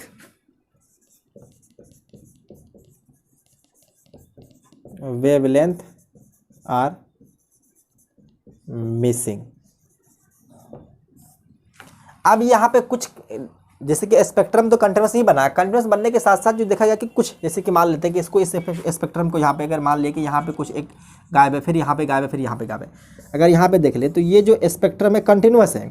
कंटिन्यूस में होने के बाद जैसे कि इस पॉइंट पे जो है सो एक वेवलेंथ गायब है, यहाँ पे कुछ पार्टिकल वेवलेंथ पे जो है सो यहाँ पे कुछ गायब हो गया, फिर यहाँ पे कुछ गायब हो गया। तो इस तरह का जो है सो कुछ वेवलेंथ जो गायब हो रहा है उसको कहते हैं हम लोग डिस्क्रीट। तो यहाँ पे इसको कह सकते हैं डिस्क्रीट एब्जॉर्प्शन स्पेक्ट्रम। क्योंकि पहले वाले में हो क्या रहा था कि कुछ खास ही मिल रहा था, लेकिन जब व्हाइट लाइट को पास कराया गया कोल्ड गैस से, मतलब किसी एटॉमिक गैस से, ये जो है सो एटॉमिक गैस है, तो एटॉमिक गैस से जब पास कराया गया तो देखा कि कुछ खास कलर का ही वेवलेंथ गायब हो रहा है, बाद बाकी सारे के सारे हमको मिल रहा है, लेकिन कुछ स्पेशल ही गायब हो रहा है। तो वो स्पेशल गायब क्या हो रहा है, तो इसका एक्सप्लेनेशन के लिए हम लोग पहले समझ सकते हैं कि यहाँ पे मान लीजिए कि यहाँ पे ये कुछ न्यूक्लियस है, उसके बाद ये फर्स्ट सेल है, ये सेकंड सेल है और ये थर्ड सेल है, और यहाँ से मान के चलिए व्हाइट लाइट को पास करें। तो व्हाइट लाइट मतलब क्या है, ये रेडिएशन है, रेडिएशन मतलब एनर्जी, ये एनर्जी को हम लोग सप्लाई कर रहे हैं। जब एनर्जी प्रोवाइड कराएं तो एनर्जी प्रोवाइड करने के बाद जैसे मान लीजिए कि ये इलेक्ट्रॉन इस सेल में फर्स्ट सेल में रिवॉल्व कर रहा था, तो ये फर्स्ट सेल में रिवॉल्व करेगा, तो रिवॉल्व करने के बाद जो है सो जैसे ये एनर्जी मिलेगा, तो ये एनर्जी सब तरह के हर तरह की एनर्जी को ये एक्सेप्ट नहीं करेगा, ये सिर्फ उसी एनर्जी को एक्सेप्ट करता है जो से दो ऑर्बिट के बीच का जो एनर्जी गैप होता है उसी को। मान लीजिए कि अभी हम लोग देखे थे कि इन दोनों के बीच का जो वेवलेंथ गैप होता है, एनर्जी गैप 10.2 इलेक्ट्रॉन वोल्ट। तो यहाँ से जो इलेक्ट्रॉन है सिर्फ इसी वेवलेंथ को वो एब्जॉर्ब करेगा, और एब्जॉर्ब करके वो नेक्स्ट अगले वाले में चले जाएगा। तो यहाँ से जो है सो गायब जो हो रहा है वो गायब होने का रीजन यहाँ पे है, और ये वही जो यहाँ पे मिस हो रहा था, ये वही वेवलेंथ है जो इमिशन स्पेक्ट्रम में दिख रहा था। तो यहाँ से लिख सकते हैं हम लोग जो एब्जॉर्प्शन स्पेक्ट्रम में गायब है ये वही वेवलेंथ है जो इमिशन में प्रेजेंट था। तो प्रेजेंट होने का मतलब यही है कि जो एनर्जी सप्लाई किया जा रहा है, एनर्जी सप्लाई करने के बाद जो इलेक्ट्रॉन हर तरह की एनर्जी को एक्सेप्ट नहीं कर रहा है, वो सिर्फ उसी एनर्जी को एक्सेप्ट कर रहा है जो इसके एनर्जी गैप के बीच मिल रहा है। यहाँ पे लिख सकते हैं here only some wavelength are missing and those are obtained in emission spectrum। जो इमिशन स्पेक्ट्रम में मिल रहा था वही यहाँ पे जो है सो गायब हो रहा था। जाहिर सी बात है सिर्फ उसी वेवलेंथ मतलब उसी एनर्जी को वो एक्सेप्ट करेगा या उसी को वो अपने यूज में लाएगा, तो उसका जो वेवलेंथ पार्टिकल होगा वही गायब होगा, इमिशन स्पेक्ट्रम। तो बस यहाँ से जो एनर्जी ऑफ वेवलेंथ जो कितना को ये गेन किया है, तो बस ये हो गया, दोनों के बीच का हम लोग गैप निकालेंगे, वहाँ से जो एनर्जी ऑफ जो गेन फोटोन है, मतलब वहाँ पे इमिटेड फोटोन था, यहाँ पे जो है सो वो एक्सेप्टेड फोटोन होगा, तो उसको जो एक्सेप्ट किया उस फोटोन का जो एनर्जी निकालना है, तो दो ऑर्बिट के बीच का जो एनर्जी डिफरेंस होगा उसी के बराबर हो जाएगा, उसके बीच जो पार्टिकुलर वेवलेंथ होगा वो वही आ जाएगा। तो इसी तरह से जो इसका भी एक्सप्लेनेशन बोर्ड्स के द्वारा मिल गया, इमिशन स्पेक्ट्रम को भी एक्सप्लेन कर दिया और ये एब्जॉर्प्शन स्पेक्ट्रम को भी एक्सप्लेन कर दिया। ये प्रिज्म है, इसमें घबराने की बात नहीं है, प्रिज्म है। और यहाँ पे हम लोग इसी को यहाँ पे ऑब्टेन किया है। तो इस तरह से जो है सो सारा बात जो हाइड्रोजन के लिए, मतलब ये हाइड्रोजन के लिए खास करके किया था और हाइड्रोजन के लिए जो है पूरा एक्सप्लेन कर दिया है। तो बस आज का एटम्स भी समझ लिए, एटम्स का लेक्चर आज का ये लास्ट है और इसी के साथ जो है सो आपका लेक्चर खत्म होता है। तब तक के लिए पढ़ाई करते रहिए। Take care, bye bye.